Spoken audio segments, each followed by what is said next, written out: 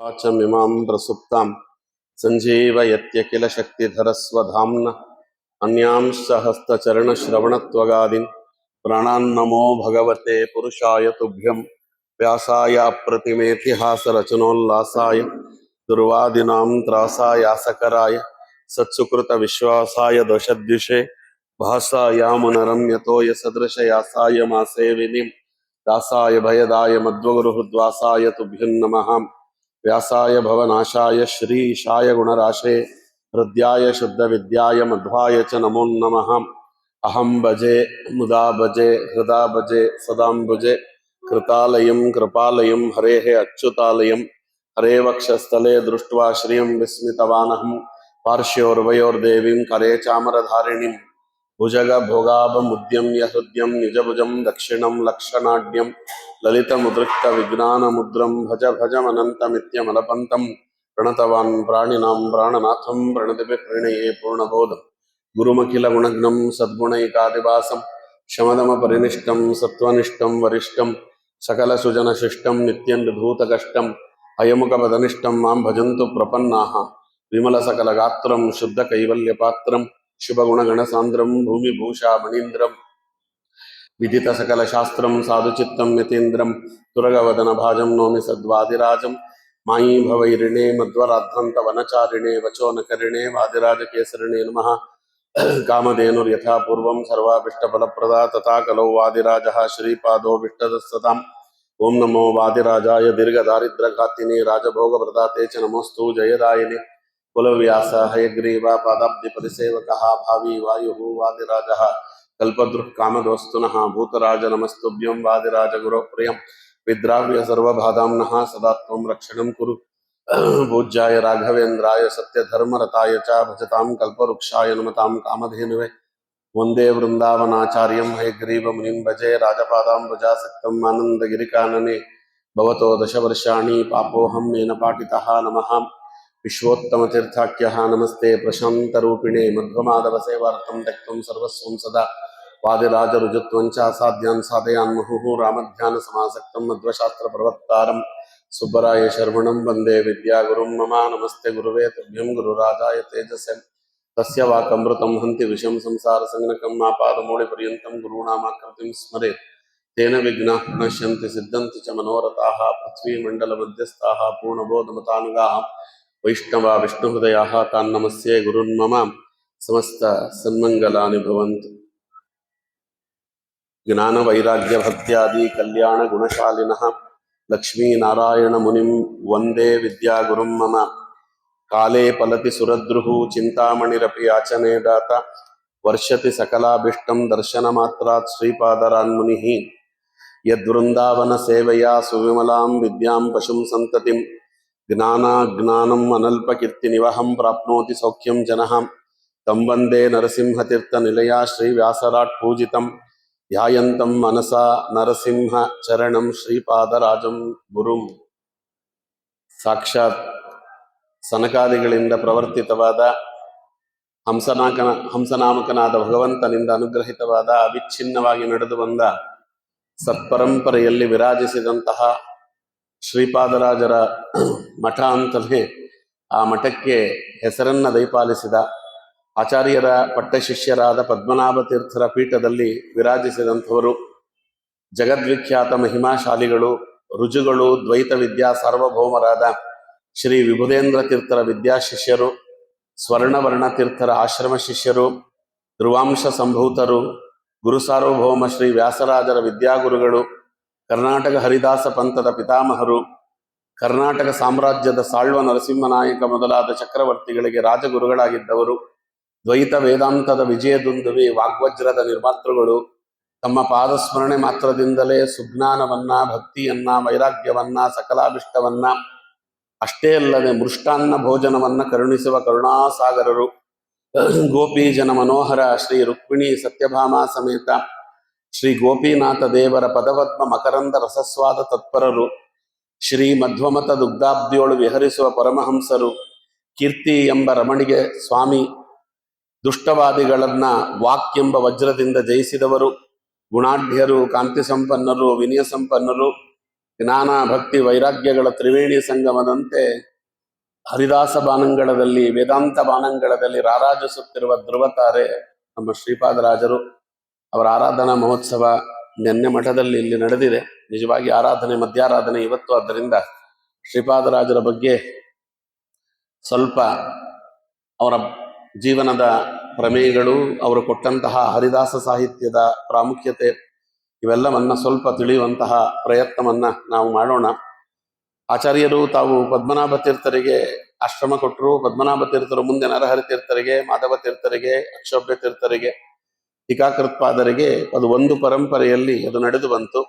ಪದ್ಮನಾಭ ತೀರ್ಥರು ತಮ್ಮದೇ ಒಂದು ಸ್ವತಂತ್ರ ಮಠ ಅಂತ ಸ್ಥಾಪನೆ ಮಾಡಿ ಲಕ್ಷ್ಮೀಧರ ತೀರ್ಥರು ಅನ್ನುವವರಿಗೆ ಆಶ್ರಮವನ್ನ ಕೊಟ್ಟರು. ಆ ಲಕ್ಷ್ಮೀಧರ ತೀರ್ಥರು ಅನ್ನುವವರು ಸಂಕರ್ಷಣ ತೀರ್ಥರಿಗೆ ಆಶ್ರಮ ಕೊಡ್ತಾರೆ. ಅವರು ಪರಶುರಾಮ ತೀರ್ಥರಿಗೆ ಆಶ್ರಮ ಕೊಟ್ಟರು. ಅವರು ಆದಿರಾಜ ತೀರ್ಥರಿಗೆ ಆಶ್ರಮ ಕೊಟ್ಟರು. ಅವರು ಸತ್ಯವ್ರತ ತೀರ್ಥರಿಗೆ ಆಶ್ರಮ ಕೊಟ್ಟರು. ಅವರ ಶಿಷ್ಯರಾಗಿ ಬಂದವರೇ ಸ್ವರ್ಣವರ್ಣ ತೀರ್ಥರು. ಇವರು ಪುರುಷೋತ್ತಮ ತೀರ್ಥರ ವಿದ್ಯಾಶಿಷ್ಯರು. ಟೀಕಾಕೃತ್ಪಾದರಾದ ಮೇಲೆ ವಿದ್ಯಾಧಿರಾಜರು ರಾಜೇಂದ್ರ ತೀರ್ಥರಿಗೆ, ಕವಿದ್ರರಿಗೆ ಇಬ್ಬರಿಗೆ ಆಶ್ರಮ ಕೊಡ್ತಾರೆ. ರಾಜೇಂದ್ರ ತೀರ್ಥರ ಪರಂಪರೆ ಇವತ್ತು ವ್ಯಾಸರಾಜರ ಮಠದ ಪರಂಪರೆ ಅಂತ ಲೋಕದಲ್ಲಿ ಪ್ರಖ್ಯಾತವಾಯಿತು. ಕವೀಂದ್ರ ತೀರ್ಥರ ಪರಂಪರೆ ಅದು ಕವಲೊಡೆದು ಒಂದು ಭಾಗದಲ್ಲಿ ಉತ್ತರಾದಿ ಮಠ, ಒಂದು ಭಾಗದಲ್ಲಿ ರಾಯರ ಮಠ ಅಂತ ಪ್ರಸಿದ್ಧಿಗೆ ಬಂದಿದೆ. ಆ ರಾಜೇಂದ್ರ ತೀರ್ಥರ ಶಿಷ್ಯರಾಗಿ ಬಂದವರು ಜಯಧ್ವಜ ತೀರ್ಥರು, ಅವರ ಪೂರ್ವಾಶ್ರಮದ ತಮ್ಮಂದಿರು. ಆ ಜಯಧ್ವಜ ತೀರ್ಥರಲ್ಲಿ ಆಶ್ರಮವನ್ನ ಪಡೆದವರು ಪುರುಷೋತ್ತಮ ತೀರ್ಥರು. ಆ ಪುರುಷೋತ್ತಮ ತೀರ್ಥರು ನಮ್ಮ ಅಬ್ಬೂರಿನಲ್ಲಿ ವಾಸವಾಗಿ ಪ್ರಾಯ ಆಚಾರ್ಯರಾದ ಮೇಲೆ ಸಶರೀರವಾಗಿ ಅದೃಶ್ಯರಾದವರು ಅಂತ. ಆಚಾರ್ಯರು ದೊಡ್ಡ ಬದರಿಗೆ ಹೋದ್ರೆ ಇವರು ಗುಹೆಗೆ, ಅದು ಪುರುಷೋತ್ತಮ ಗುಹೆ ಅಂತಲೇ ಅಲ್ಲಿ ಪ್ರಸಿದ್ಧವಾಗಿದೆ. ಗುಹಾ ಪ್ರವೇಶ ಮಾಡಿದಂತ ಐತಿಹ್ಯ ಸಿಗುವುದು ನಮಗೆ ಪುರುಷೋತ್ತಮ ತೀರ್ಥರದೆ. ಆ ಪುರುಷೋತ್ತಮ ತೀರ್ಥರು ಸ್ವರ್ಣವರ್ಣ ತೀರ್ಥರ ವಿದ್ಯಾಗುರುಗಳು. ಸ್ವರ್ಣವರ್ಣ ತೀರ್ಥರ ಪರಂಪರೆ ಅದು. ಇಲ್ಲಿ ಪುರುಷೋತ್ತಮ ತೀರ್ಥರು ಅವರ ಶಿಷ್ಯರಾಗಿ ವಿರಾಜಿಸಿದವರು ಬ್ರಹ್ಮಣ್ಯ ತೀರ್ಥರು, ಅವರ ಶಿಷ್ಯರು ವ್ಯಾಸರಾಜರು. ಅದು ನಾವು ನೋಡ್ತೇವೆ. ಈಗ ಅದೆರಡೂ ಪರಂಪರೆ ವಿಶೇಷವಾಗಿ ನಡೆದು ಬಂದದ್ದು ನಮ್ಮ ಹತ್ತಿರದಲ್ಲಿರುವ ಅಬ್ಬೂರು. ಚಿನ್ನದ ಪಟ್ಟಣ ಅಂತ ಹಿಂದೆ ಅದನ್ನ ಕರೀತಿದ್ರು. ಪುರಾಣಗಳಲ್ಲಿ, ಇತಿಹಾಸದಲ್ಲಿ ಚಿನ್ನದ ಪಟ್ಟಣ ಅಂತ ಕರೀತಾರೆ. ಅದು ಚಿನ್ನದ ಪಟ್ಟಣ ಹೋಗಿ ಚನ್ನಪಟ್ಟಣ ಆಯಿತು. ಅದ ಹತ್ತಿರದಲ್ಲಿ ಅಬ್ಬೂರು, ಅದಕ್ಕೆ ಪುರಾಣದಲ್ಲಿ ಕೊಟ್ಟಂತ ಹೆಸರು ಜ್ಞಾನ ಮಂಟಪ ಅಂತ. ಅಬ್ಬೂರಿಗೆ ಹೆಸರು ಜ್ಞಾನ ಮಂಟಪ. ಅದು ಊರು, ಅಬ್ಬೂರು, ಹಿಬ್ಬೂರು ಆಯಿತು. ಅಪ್ಪ ಅಂದ್ರೆ ನೀರು ಅಂತ, ನೀರು ಅಂದ್ರೆ ಜ್ಞಾನ ಅಂತ ಅರ್ಥ, ತೀರ್ಥ ಅಂತ. ಜ್ಞಾನ ಮಂಟಪ ಅಂತ. ಒಂದು ಮಂಟಪ ಅಂತ ಇರಬೇಕಾದ್ರೆ 4 ಕಂಬಗಳಿರ್ಬೇಕು. ಆ ಕಂಬದ ಕೆಳಗಡೆ ತಪಸ್ಸು ಮಾಡುವವರು ಒಬ್ರು ಇರ್ಬೇಕು. ಅಲ್ಲಿಗೆ ಮಂಟಪದ ಕೆಳಗೆ ಒಬ್ರು ಇದ್ರೆ ಅದು ಆ ಮಂಟಪಕ್ಕೆ ಶೋಭೆ ಬರ್ತದೆ. 4 ಕಂಬಗಳು ಮತ್ತೆ ಮಧ್ಯದಲ್ಲಿ ತಪಸ್ಸು ಮಾಡುವವರೊಬ್ರು. ಆ ಅಬ್ಬೂರು ಅನ್ನುವ ಜ್ಞಾನದ ಮಂಟಪ 4 ಹಿರಿಯ ಸ್ತಂಭಗಳನ್ನ ಜಗತ್ತಿಗೆ ಕೊಟ್ಟಂತಹ ಅದ್ಭುತವಾದಂತಹ ಊರದು. ನಾವು ಹತ್ತಿರದಲ್ಲೇ ಇದ್ದೇವೆ. ಹತ್ತಿರದಲ್ಲಿರುವವರಿಗೆ ಅಬ್ಬೂರಿನ ಮಹತ್ವ ಅನ್ನುವುದು ನಮಗೆ ಗೊತ್ತಿಲ್ಲ. ನಮಗೆಲ್ಲ ಸ್ವಲ್ಪ ದೂರದ್ದಾಗಬೇಕು. ಹತ್ತಿರದ್ದು ನಮಗಾಗಲ್ಲ. ಹತ್ರ ಇರೋ ಆಚಾರ್ಯರು ಅಷ್ಟಕ್ಕಷ್ಟೇ, ಹತ್ರ ಇರೋ ರಾಯರ ಮಠ ಅಷ್ಟಕ್ಕಷ್ಟೇ, ಹತ್ರ ಇರೋ ಪುಣ್ಯಕ್ಷೇತ್ರಗಳು ಅಷ್ಟಕ್ಕಷ್ಟೇ. ನಮಗೆಲ್ಲ ದೂರದ್ದಾಗಬೇಕು. ದೂರ ತರಮ್ನಾಸ್ತಿ ಇನ್ನಂಗೆ ಹತ್ರ ಇರೋದರ ಮಹತ್ವ ಏನು ಅನ್ನುವುದು ನಮ್ಗೆ ಅರ್ಥವಾಗಬೇಕು. ಅಬ್ಬೂರು ಎಂಥ ಮಹತ್ವವಾದ ಊರು ಅಂತ ನೋಡಿ. ಒಂದು ಪುರುಷೋತ್ತಮ ತೀರ್ಥರು, ಸ್ವರ್ಣವರ್ಣ ತೀರ್ಥರು, ಅದಾದ ಮೇಲೆ ಬ್ರಹ್ಮಣ್ಯ ತೀರ್ಥರು, ಅದಾದ ಮೇಲೆ ಶ್ರೀಪಾದರಾಜರು. 4 ಮಹಾನುಭಾವರನ್ನ ಜಗತ್ತಿಗೆ ಕೊಟ್ಟಂತಹ ಊರು ಅದು ಅಬ್ಬೂರು. ಪ್ರಪಂಚದಲ್ಲಿ ಯಾವ ಊರಿಗೂ ಇಂಥ ಐತಿಹ್ಯ ಇಲ್ಲ. 4 ದಿಗ್ಗಜರನ್ನ, ವಿಜಯ ಸ್ತಂಭಗಳನ್ನ ಕೊಟ್ಟಂತ ಊರದು. ಆ 4 ಉಳ್ಳಂತಹ 4 ಸ್ತಂಭಗಳಿಂದ ಅದು ವಿರಾಜಮಾನವಾದಂತಹ ಜ್ಞಾನ ಮಂಟಪದ ಮಧ್ಯದಲ್ಲಿ ವಿರಾಜಿಸಿದವರೇ ನಮ್ಮ ವ್ಯಾಸರಾಜ ಗುರುಸಾರ್ವಭೌಮರು. ಒಟ್ಟು 5 ಜನ ಬಂದಿದ್ದಾರೆ ಅಲ್ಲಿಂದ. ಹಾಗಾಗಿ 5 ಜನರ ಕಾರ್ಯಕ್ಷೇತ್ರ ಅಂತ. ಅಂತಹ ಮಹಾನುಭಾವರು ಅಲ್ಲಿ ಅವತಾರ ಮಾಡಿ ಬಂದವರು 4 ಜನರು ಕೂಡ. ಆ ಪುರುಷೋತ್ತಮ ತೀರ್ಥರ ಬಳಿಯಲ್ಲಿ ಆ ಬ್ರಹ್ಮಣ್ಯ ತೀರ್ಥರು ಪೂರ್ವಾಶ್ರಮದಲ್ಲಿ ಶ್ರೀಪಾದರಾಜರ ದೊಡ್ಡಮ್ಮನ ಮಗ. ಅವರಿಬ್ಬರು ಕೂಡ ಚಿಕ್ಕಮ್ಮ ದೊಡ್ಡಮ್ಮನ ಮಕ್ಕಳು. ಅಲ್ಲಿ ಇವರ ತಂದೆ ಶೇಷಗಿರಿ ಆಚಾರ್ಯ ಪೂರ್ವಾಶ್ರಮದಲ್ಲಿ, ಗಿರಿಯಮ್ಮ ಅಂತ ಅವರ ತಾಯಿ ಹೆಸರು. ಅವರಿಗೆ ಮಕ್ಕಳಿರಲಿಲ್ಲ. ಹಿಂದಿನ ಕಾಲದಲ್ಲೆಲ್ಲ ಮಕ್ಕಳು ಪಡಿಬೇಕಾದ್ರೆ ಬಹಳ ಕಷ್ಟಪಡಬೇಕು ಅಂತ, ತುಂಬಾ ತಪಶ್ಚರ್ಯವನ್ನು ಮಾಡಬೇಕು, ಸೇವಾದಿಗಳನ್ನು ಮಾಡಬೇಕು. ಲಕ್ಷ್ಮೀನಾರಾಯಣ ದೇವರಿಗೆ ಶರಣು ಹೊಕ್ಕರಂತೆ. ಹೊಕ್ಕಿ ಅವರು ಬಹಳ ಕಾಲ ಸೇವೆ ಮಾಡಿದ ಮೇಲೆ ಅವರಿಗೆ ಸಾಕ್ಷಾತ್ ಧ್ರುವರಾಜರು ಅವರ ಗರ್ಭಸುಧಾಂಬುದಿಯಲ್ಲಿ ಅವತಾರ ಮಾಡಿ ಬರ್ತಾರೆ ಭಗವಂತನ ಸೇವೆ ಮಾಡಲಿಕ್ಕೆ. ಅವರಿಗೆ ಲಕ್ಷ್ಮೀನಾರಾಯಣ ಅಂತಲೇ ಹೆಸರಿಟ್ರು. ಕಾರಣ ಲಕ್ಷ್ಮೀನಾರಾಯಣನ ಅನುಗ್ರಹದಿಂದ ಉತ್ಪನ್ನರಾದವರು, ಆದ್ದರಿಂದ ಲಕ್ಷ್ಮೀನಾರಾಯಣ. ಇಡೀ ಮಧ್ವ ಪರಂಪರೆಯಲ್ಲಿ ಇಬ್ಬರಿಗೆ ಮಾತ್ರ ಪೂರ್ವಾಶ್ರಮದ ಹೆಸರಿನ ಜೊತೆಗೆ ತೀರ್ಥ ಅನ್ನುವಂತಹ ಪದವಿ ದೊರೆತು ಅವರದೇ ಹೆಸರಿಂದ ಪ್ರಖ್ಯಾತರಾದವರು ಇಬ್ರು. ಒಂದು ಲಕ್ಷ್ಮೀನಾರಾಯಣ, ಇವರ ಆಶ್ರಮವಾದ ಮೇಲೆ ಲಕ್ಷ್ಮೀನಾರಾಯಣ ತೀರ್ಥರು ಅಂತ ಪ್ರಸಿದ್ಧರಾದರು. ಶ್ರೀಪಾದರಾಜರು ಅನ್ನುವುದು ಬಿರುದು ಬಂದದ್ದು. ಅವರ ಆಶ್ರಮ ನಾಮ ಲಕ್ಷ್ಮೀನಾರಾಯಣ ತೀರ್ಥರು. ಕಂಬಾಲೂರು ರಾಮಚಂದ್ರ ತೀರ್ಥರು, ಅವರ ಪೂರ್ವಾಶ್ರಮದ ಹೆಸರು ಕಂಬಾಲೂರು ರಾಮಚಂದ್ರಾಚಾರ್ಯರು ಅಂತ. ಆ ರಾಮಚಂದ್ರಾಚಾರ್ಯರು ರಾಮಚಂದ್ರ ತೀರ್ಥರಾದರು. ಅವರು ಪೂರ್ವಾಶ್ರಮದಲ್ಲಿಟ್ಟಂತ ಹೆಸರೇ ಮುಂದುವರೆದದ್ದು ಇವರಿಬ್ಬರಿಗೆ ಮಾತ್ರ. ಮಿಕ್ಕವರಿಗೆಲ್ಲ ಹೆಸರು ಬದಲಾಗಿದೆ. ಇವರು ಅದೇ ಹೆಸರಿನಿಂದಲೇ ಲೋಕದಲ್ಲಿ ಪ್ರಖ್ಯಾತರಾದವರು. ಘಟ್ಟದ ಕೆಳಗೆ ಘಟ್ಟದ ಮೇಲೆ ಅಂತ ನಾವೇನು ಮಾತಾಡ್ತೇವೆ, ಆ ಉಡುಪಿ ಸುತ್ತಮುತ್ತ ಅವರು ಬಾಲ ಸನ್ಯಾಸಿಗಳು ಮತ್ತೆ ಇವೆಲ್ಲ ಬ್ರಹ್ಮಚಾರಿಗಳಾಗಿ ಸನ್ಯಾಸಿಗಳಾದವರು ಇವೆಲ್ಲ ನಮಗೆ ಅಲ್ಲಿ ಸಿಗ್ತದೆ. ಘಟ್ಟದ ಮೇಲೆ ಪ್ರಾಯ 8ನೇ ವರ್ಷಕ್ಕೆ ಸನ್ಯಾಸಾಶ್ರಮವನ್ನು ಸ್ವೀಕಾರ ಮಾಡಿ ಚಿಕ್ಕ ವಯಸ್ಸಿನಲ್ಲೇ ದೊಡ್ಡ ಪಟ್ಟವನ್ನು ಅಲಂಕರಿಸಿ ಯೋಗಿಗಳು, ಜ್ಞಾನಿಗಳು, ಶ್ರೀಪಾದರಾಜರು ಅಂತ ಹೀಗೆಲ್ಲ ಪ್ರಖ್ಯಾತರಾಗಿ 90 ವರ್ಷಗಳಷ್ಟು ಸುದೀರ್ಘವಾದ ಸನ್ಯಾಸಿ ಜೀವನ ನಡೆಸಿದಂತ ಒಂದೇ ಒಂದು ಉದಾಹರಣೆ ನಮಗೆ ಸಿಗುವುದು ಶ್ರೀಪಾದರಾಜರೇ. 98 ವರ್ಷಗಳ ಕಾಲದ ಪೂರ್ಣ ಜೀವನ. 5ನೇ ವರ್ಷ ತುಂಬಿ 6ಕ್ಕೆ ಬಿದ್ದಾಗ ಉಪನಯನ ಮಾಡಿದ್ರು. 8ನೇ ವರ್ಷಕ್ಕೆ ಅವರಿಗೆ ಸನ್ಯಾಸಾಶ್ರಮ ಆಯಿತು. ಒಟ್ಟು 90 ವರ್ಷ ಸನ್ಯಾಸಿ ಜೀವನ. ಅವರ ಪರಿಪೂರ್ಣವಾದ ಜೀವನ 98 ವರ್ಷಗಳು. ವಾದಿರಾಜರು ಬರುವುದಕ್ಕಿಂತ ಮುಂಚೆ ವಾದಿರಾಜರು 120 ವರ್ಷದ ಪರಿಪೂರ್ಣ ಜೀವನ. ನಮಗೆ ವಾದಿರಾಜರು ಬರುವ ಪೂರ್ವದಲ್ಲಿ ದಾಖಲೆ ಅಂತಿದ್ದದ್ದು ಶ್ರೀಪಾದರಾಜರದೇ 90 ವರ್ಷಗಳ ಪರಿಪೂರ್ಣವಾದ ಸನ್ಯಾಸಿ ಜೀವನ. 8 ವರ್ಷಗಳಲ್ಲಿ ಅವರು ಪೂರ್ವಾಶ್ರಮದಲ್ಲಿದ್ದದ್ದು. ಒಟ್ಟು ಸೇರಿದ್ರೆ 98 ವರ್ಷವಾಗ್ತದೆ. ಇವರು ಅವತಾರ ಮಾಡಿದಾಗ ಅವರಿಗೆ ಒಮ್ಮೆ 3 ವರ್ಷದ ಮಗು ಇದ್ದಾಗ ಕೆಂಡದಂತ ಜ್ವರ ಬಂದಿತ್ತಂತೆ. ಇನ್ನೇ ಮಗು ಹೋಗೇ ಬಿಡ್ತದೆ ಅನ್ನುವಂಥ ಪರಿಸ್ಥಿತಿ. ಆವಾಗ ಭಗವಂತ ಪುರುಷೋತ್ತಮ ತೀರ್ಥರ ಕನಸಿನಲ್ಲಿ ಬಂದು ಅವ್ರಿಗೆ ಅಪ್ಪಣೆ ಕೊಟ್ಟನಂತೆ, ಅಲ್ಲಿ ಧ್ರುವರಾಜರು ಅವತಾರ ಮಾಡಿದ್ದಾರೆ, ಅವರಿಗೊಂದು ಅಪಮೃತ್ಯು ಬಂದಿದೆ, ನೀ ಹೋಗಿ ದೇವತೀರ್ಥವನ್ನ ಆ ಮಗುವಿಗೆ ಕುಡಿಸಿ ಅಪಮೃತ್ಯುವನ್ನ ಕಳಿ ಅಂತ. ಹಾಗಾಗಿ ಪದ್ಮನಾಭ ತೀರ್ಥರು ಅಲ್ಲಿಗೆ ಬಂದು ಆ ಮಗುವಿಗೆ ಭಗವಂತನಿಗೆ ನಿವೇದನೆ ಮಾಡಿದ ಸಾಲಿಗ್ರಾಮಕ್ಕೆ ಅಭಿಷೇಕ ಮಾಡಿದಂಥ ತೀರ್ಥವನ್ನ ಕುಡಿಸ್ತಾರೆ. ಅದಾದ ಮೇಲೆ ಆ ಮಗುವಿನ ಜ್ವರ ಅವತ್ತು ಪರಿಹಾರ ಆದದ್ದು ಶ್ರೀಪಾದರಾಜರ ಜೀವಿತಾವಧಿಯಲ್ಲಿ ಮತ್ತೆ ಹುಷಾರು ತಪ್ಪಿತು ಅನ್ನುವ ದಾಖಲೆಯೇ ಇಲ್ಲ. ಅವರ ಅಪಮೃತ್ಯು ನಿವಾರಣೆ ಆಯಿತು ಅಷ್ಟೇ ಅಲ್ಲ, ಆರೋಗ್ಯವನ್ನ ಭಗವಂತ ಸಮೃದ್ಧವಾಗಿ ಅವರಿಗೆ ಕೊಟ್ಟುಬಿಟ್ಟ. ಆದ್ಮೇಲೆ ಅವರು ಅಪೂರ್ವವಾಗಿರ್ತಕ್ಕಂಥ ರೀತಿಯಲ್ಲಿ ಅವರು ಬೆಳೆದ್ರು ಅಂತ. ಅದಕ್ಕೆ ನಾನು ಸುಮ್ಮನೆ ಸ್ವರ್ಣವರ್ಣ ತೀರ್ಥರು, ನಿಮ್ಗೆ ಕಥೆ ಗೊತ್ತಿರುವುದರಿಂದ ನಾನು ಮುಖ್ಯವಾದದ್ದನ್ನು ಮಾತ್ರ ಆರಿಸ್ಕೊಳ್ತಾ ಇದ್ದೇನೆ. ಸ್ವರ್ಣವರ್ಣ ತೀರ್ಥರು ತಾವು ತಮ್ಮ ವಿದ್ಯಾಗುರುಗಳನ್ನು ನೋಡಿಕೊಂಡು ಶ್ರೀರಂಗ ಅವತ್ತೇನಿತ್ತಲ್ಲ ರಂಗ, ನಾವು ಶ್ರೀರಂಗ ಅಂತ ಇವತ್ತು ಯಾವ್ದು ಕರಿತೇವೆ, ರಂಗನಾಥನ ಸ್ಥಳ, ಅದು ಯವನರ ಒಂದು ಕೈವಶಕ್ಕೆ ಹೋಗಿದ್ದ ಸಂದರ್ಭದಲ್ಲಿ ಹಕ್ಕಬುಕ್ಕ ಅಂತ ಹೆಸರು ಕೇಳಿದ್ದೀರಿ. ವಿಜಯನಗರವನ್ನ ಸಂಸ್ಥಾಪನೆ ಮಾಡಿದಂಥವರು ವಿದ್ಯಾರಣ್ಯರು ಮತ್ತೆ ಅಕ್ಷೋಭ್ಯ ತೀರ್ಥರ ನೇತೃತ್ವದಲ್ಲಿ. ಆ ಬುಕ್ಕರಾಯ ಅಂತ ಯಾರಿದ್ದ, ಆ ಬುಕ್ಕರಾಯನ ಮಗ ಒಬ್ಬ ಕೆಂಪರಾಯ ಅಂತಿದ್ದ. ಆ ಕೆಂಪರಾಯನ ಹೆಂಡತಿ ಗಂಗಾದೇವಿ ಅಂತ ಅವಳ ಹೆಸರು. ಅವಳು ಮಧುರಾ ವಿಜಯ ಅಂತ ಒಂದು ಕಾವ್ಯವನ್ನ ರಚನೆ ಮಾಡಿದ್ದಾಳೆ. ಅದರಲ್ಲಿ ಬರುವಂತ ಪ್ರಮೇಯಗಳನ್ನ ಸ್ವಲ್ಪ ನಾನು ನಿಮ್ಗೆ ಹೇಳ್ತಾ ಇದ್ದೇನೆ.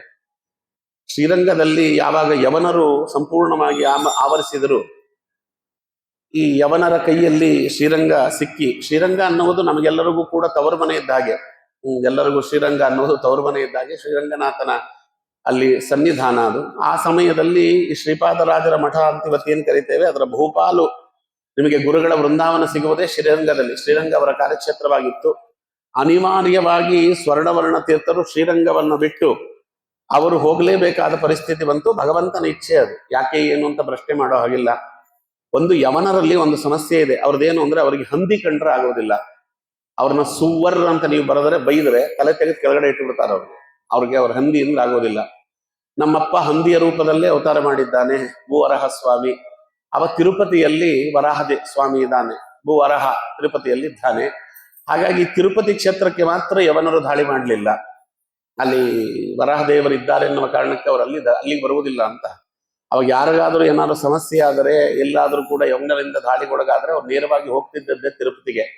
ಹಾಗಾಗಿ ಸ್ವರ್ಣವರ್ಣ ತೀರ್ಥರು ಕೂಡ ತಿರುಪತಿಯಲ್ಲಿ ಹೋಗಿ ಕೆಲವು ದಿನ ನಮ್ಮ ತಿಮ್ಮಪ್ಪನನ್ನ ವರಾಹದೇವರನ್ನ ಸೇವೆ ಮಾಡಿಕೊಂಡು ಇದ್ರು ಅಂತ ಐತಿಹ್ಯ ಇಲ್ಲಿ ಹೇಳ್ತದೆ. ಅದಾದಾಗ ಕೆಂಪರಾಯನಿಗೆ ಅನ್ನಿಸಿತಂತೆ, ನಾವೆಲ್ಲ ಇದ್ದೂ ಕೂಡ ನಮ್ಮ ಈ ಪರಂಪರೆಯಲ್ಲಿ ಬಂದಂತಹ ಮಹಾನುಭಾವರುಗಳು ಹೀಗೆ ಊರು ಬಿಟ್ಟು ಊರಿಗೆ ಅಲಿಯುವುದು ಅಂದ್ರೆ ಏನರ್ಥ? ಅದಕ್ಕೆ ಅವರಿಗೆ ಒಬ್ಬ ತುಂಬಾ ಆಪ್ತನಾದ, ತುಂಬಾ ಅವರಿಗೆ ನಂಬಿಕಸ್ಥನಾದ ಗೋಪಣ್ಣ ಅಂತ ಒಬ್ಬ ಸೇನಾಧಿಪತಿ ಇದ್ದ ಆ ಕೆಂಪರಾಯನಿಗೆ. ಆ ಗೋಪಣ್ಣನ ಕರೆದವ ಹೇಳ್ತಾನೆ, ನೀನ್ ಎಷ್ಟು ಜನ ಸೈನಿಕರನ್ನ ಕರ್ಕೊಂಡು ಹೋಗ್ತೀಯೋ ಕರ್ಕೊಂಡು ಹೋಗು, ಇಬ್ಬರ ಅನುಗ್ರಹವನ್ನ ಪಡೆದುಕೊಂಡು ಹೋಗು. ಸ್ವರ್ಣವರ್ಣ ತೀರ್ಥರು, ಪುರುಷೋತ್ತಮ ತೀರ್ಥರು ಅವರಿಬ್ಬರು ಇದ್ದಾರೆ, ಇಬ್ಬರ ಅನುಗ್ರಹವನ್ನ ಪಡೆದುಕೊಂಡು ಹೋಗು. ಶ್ರೀರಂಗವನ್ನ ಯವನರಿಂದ ಮುಕ್ತಗೊಳಿಸಿ ಮತ್ತೆ ಯವನರಲ್ಲಿಗೆ ಬರದೇ ಇದ್ದಂತೆ ಸ್ವರ್ಣವರ್ಣ ತೀರ್ಥರು ಮತ್ತೆ ಹೋಗಿ ಅಲ್ಲಿ ನೆಲೆಸುವ ರೀತಿಯಲ್ಲಿ ಅಲ್ಲಿಯ ಒಂದು ವಾತಾವರಣವನ್ನ ನಿರ್ಮಾಣ ಮಾಡುವಂತೆ ಅವ ಹೇಳಿ ಕಳಿಸಿದ್ರೆ ಅವ ನೇರವಾಗಿ ತಿರುಪತಿಗೆ ಹೋದ. ಯಾಕೆ ವಿಜಯನಗರದ ಅರಸರಿಗೆ ಕುಲದೇವತೆ ವಿರೂಪಾಕ್ಷನಾದರೂ ಕೂಡ ಕುಲದೈವ ಅವ ತಿರುಪತಿಯ ತಿಮ್ಮಪ್ಪ. ನೇರವಾಗಿ ತಿರುಪತಿಗೆ ಹೋಗಿ ಸ್ವರ್ಣವರ್ಣ ತೀರ್ಥರಲ್ಲಿ ಅವರು ಬೇಡಿ ನಮಸ್ಕಾರ ಮಾಡಿ ಅಲ್ಲಿಂದ ಅವರು ಮಂತ್ರಾಕ್ಷತೆಯನ್ನು ಪಡೆದುಕೊಂಡು ಅಲ್ಲಿಂದ ಪುರುಷೋತ್ತಮ ತೀರ್ಥರ ಬಳಿಯಲ್ಲಿ ಒಂದು ಪುರುಷೋತ್ತಮ ತೀರ್ಥರಿಂದ ಮಂತ್ರಾಕ್ಷತೆ ಪಡೆದುಕೊಂಡು ತನ್ನ ಇಡೀ ಸೈನ್ಯವನ್ನ ತೆಗೆದುಕೊಂಡು ಅವ ಶ್ರೀರಂಗಕ್ಕೆ ದಾಳಿ ಮಾಡಿ, ಗುರುಗಳ ಅನುಗ್ರಹ ಇತ್ತು, ದೈವ ಬಲ ಇತ್ತು, ಆದ್ದರಿಂದ ಅಲ್ಲಿದ್ದ ಯವನರ ಒಬ್ಬರನ್ನ ಬಿಡದೇ ಇದ್ದಂತೆ ಎಲ್ಲರನ್ನ ಕತ್ತರಿಸಿ ಹಾಕಿ ಇನ್ಯಾರೂ ಕೂಡ ಕನಸಿನಲ್ಲಿಯೂ ಶ್ರೀರಂಗದ ಮೇಲೆ ದಾಳಿ ಮಾಡಬೇಕು ಅನ್ನುವಂತಹ ಒಂದು ಯೋಚನೆಯೂ ಮಾಡಬಾರದು ಅನ್ನುವ ನಿಟ್ಟಿನಲ್ಲಿ ಅಲ್ಲಿ ವಾತಾವರಣವನ್ನ ನಿರ್ಮಾಣ ಮಾಡಿ ಭಯಮುಕ್ತವಾದ ವಾತಾವರಣವನ್ನ ಪರಿಕಲ್ಪಿಸಿ ಅದಾದ ಮೇಲೆ ಸ್ವರ್ಣವರ್ಣ ತೀರ್ಥರ ಬಳಿಯಲ್ಲಿ ಹೋಗಿ, ಸ್ವಾಮಿ ನೀವು ಮಾಡಿದ ಅನುಗ್ರಹದಿಂದ ಶ್ರೀರಂಗ ಇವತ್ತು ಮುಕ್ತವಾಗಿದೆ, ಹಾಗಾಗಿ ತಾವು ಶ್ರೀರಂಗಕ್ಕೆ ಬಂದು ನೆಲೆಸಬಹುದು ಅಂತ ಅವ ಹೇಳಿದಾಗ ಅಲ್ಲಿಂದ ಸ್ವರ್ಣವರ್ಣ ತೀರ್ಥರು ಶ್ರೀರಂಗಕ್ಕೆ ಹೋಗುವ ಮಾರ್ಗದಲ್ಲಿ ತಮ್ಮ ವಿದ್ಯಾಗುರುಗಳಾದ ಪುರುಷೋತ್ತಮ ತೀರ್ಥರನ್ನ ನೋಡಿಕೊಂಡು ಹೋಗ್ಲಿಕ್ಕೆ ಬರ್ತಿದ್ರು. ಇದು ಕಥೆ ನಮಗೆ ಇದು ಇತಿಹಾಸದಲ್ಲಿ ಸಿಗ್ತದೆ, ಮಧುರಾ ವಿಜಯದಲ್ಲಿ. ಬೇರೆ ಕಡೆ ನಮಗೆ ಇಷ್ಟು ಸ್ಪಷ್ಟವಾಗಿರ್ತಕ್ಕಂತಹ ಮಾತಿನಲ್ಲಿ ಆ ಮಾಹಿತಿಗಳು ಸಿಗುವುದು ಕಮ್ಮಿ. ಇಲ್ಲಿ ನೋಡ್ರಿ, ಅಲ್ಲಿ ಅವರು ಎರಡು ಕೆಲಸ ಮಾಡುತ್ತಿದ್ರು. ಒಂದು, ನನ್ನ ಕಾರ್ಯಕ್ಷೇತ್ರವಾದಂಥ ಶ್ರೀರಂಗ ಅದು ಯವನರಿಂದ ಮುಕ್ತವಾಗಬೇಕು ಅನ್ನುವುದು ಒಂದು ಪ್ರಾರ್ಥನೆ. ಸ್ವರ್ಣವರ್ಣ ತೀರ್ಥರಿಗಾಗಲೇ ಸೂಚನೆ ಆಗಿತ್ತು, ಒಳ್ಳೆ ಶಿಷ್ಯನನ್ನ ಸ್ವೀಕಾರ ಮಾಡು, ಹೆಚ್ಚು ದಿನ ನೀನಿರುವುದಿಲ್ಲ ಅಂತ ಅವರಿಗೆ ಸೂಚನೆ ಆಗಿತ್ತು. ಆದ್ದರಿಂದ ಹಿಂದಿನ ಕಾಲದವರು ಶಿಷ್ಯ ಸ್ವೀಕಾರ ಅಂದ್ರೆ ಅದಕ್ಕೆಲ್ಲ ಎಷ್ಟು ಪ್ರಯತ್ನ ಪಟ್ಟಿದ್ದಾರೆ, ಸೇವಾದಿಗಳನ್ನು ಮಾಡಿದ್ದಾರೆ, ಏನೆಲ್ಲ ಪೂಜೆಗಳನ್ನ ಮಾಡಿದ್ದಾರೆ ಎನ್ನುವುದನ್ನ ನಾವು ನೋಡಬಹುದು. ಒಬ್ಬ ಒಳ್ಳೆ ಶಿಷ್ಯ ನನಗೆ ಸಿಗಲಿ ಎನ್ನುವ ಕಾರಣಕ್ಕೆ ಅಬ್ಬೂರಿನಿಂದ ಕಾಲ್ನಡಿಗೆಯಲ್ಲಿ ಬದರಿಗೆ ಹೋಗಿ ನಮ್ಮ ಬ್ರಹ್ಮಣ್ಯ ತೀರ್ಥರು 48 ದಿನಗಳ ಕಾಲ ಉಪವಾಸವಿದ್ದು ಬದರಿ ನಾರಾಯಣನನ್ನ ಸೇವೆ ಮಾಡಿ ವೇದವ್ಯಾಸ ದೇವರನ್ನ ಸೇವೆ ಮಾಡಿದ ಮೇಲೆ ನಮಗೆ ದೊರೆತದ್ದು ವ್ಯಾಸರಾಜ ಗುರು ಸಾರ್ವಭೌಮರು. ಪುಕ್ಕಟ್ಟೆಯಾಗಿ ಮಹಾನುಭಾವರುಗಳು ಅವತಾರ ಮಾಡಿ ಬರುವುದಿಲ್ಲ. ನೋಡಿ, ಸುರೇಂದ್ರ ತೀರ್ಥರು ಒಬ್ಬ ಒಳ್ಳೆಯ ಶಿಷ್ಯ ನನಗೆ ಬೇಕು ಅನ್ನುವ ಕಾರಣಕ್ಕೆ ಉಪವಾಸದಿಂದ 3 ಬಾರಿ ಇಡೀ ಬ್ರಹ್ಮಾಂಡವನ್ನ ಕಾಲ್ನಡಿಗೆಯಲ್ಲಿ ಸಂಚಾರ ಮಾಡ್ತಾರೆ. ಕಾಲ್ನಡಿಗೆಯಲ್ಲಿ ಇಡೀ ಬ್ರಹ್ಮಾಂಡವನ್ನ ಉಪವಾಸದವಿದ್ದು 3 ಬಾರಿ ಸಂಚಾರ ಮಾಡಿದ್ದರ ಪ್ರತಿಫಲವಾಗಿ ಅವರಿಗೆ ವಿಜೇಂದ್ರ ಸ್ವಾಮಿಗಳು ಅಂತ ಶಿಷ್ಯರು ಸಿಕ್ಕಿದ್ರು. ಇವತ್ತು 15 ದಿನಕ್ಕೆ ವಿಜೇಂದ್ರ ಸ್ವಾಮಿಗಳ ಆರಾಧನೆ ಬರ್ತದೆ. ಅಂತ ಮಹಾನುಭಾವರುಗಳು ಬರಬೇಕು ಅಂದ್ರೆ ಪುಕ್ಕಟ್ಟೆಯಾಗಿ ಬರುವುದಿಲ್ಲ, ಬಹಳ ಸೇವೆ ಮಾಡಬೇಕಾಗ್ತದೆ ಅಂತ ದೊಡ್ಡವರು ಬರಬೇಕಾದ್ರೆ. ಸ್ವರ್ಣವರ್ಣ ತೀರ್ಥರು ಅಂತ ಸೇವಾದಿಗಳನ್ನ ಮಾಡಿ ಬಂದಿದ್ರಂತೆ. ಹಾಗಾಗಿ ಅಬ್ಬೂರಿಗೆ ಅವರು ಬರುವ ಮಾರ್ಗದಲ್ಲಿ ಸಾಯಂಕಾಲವಾಯಿತು.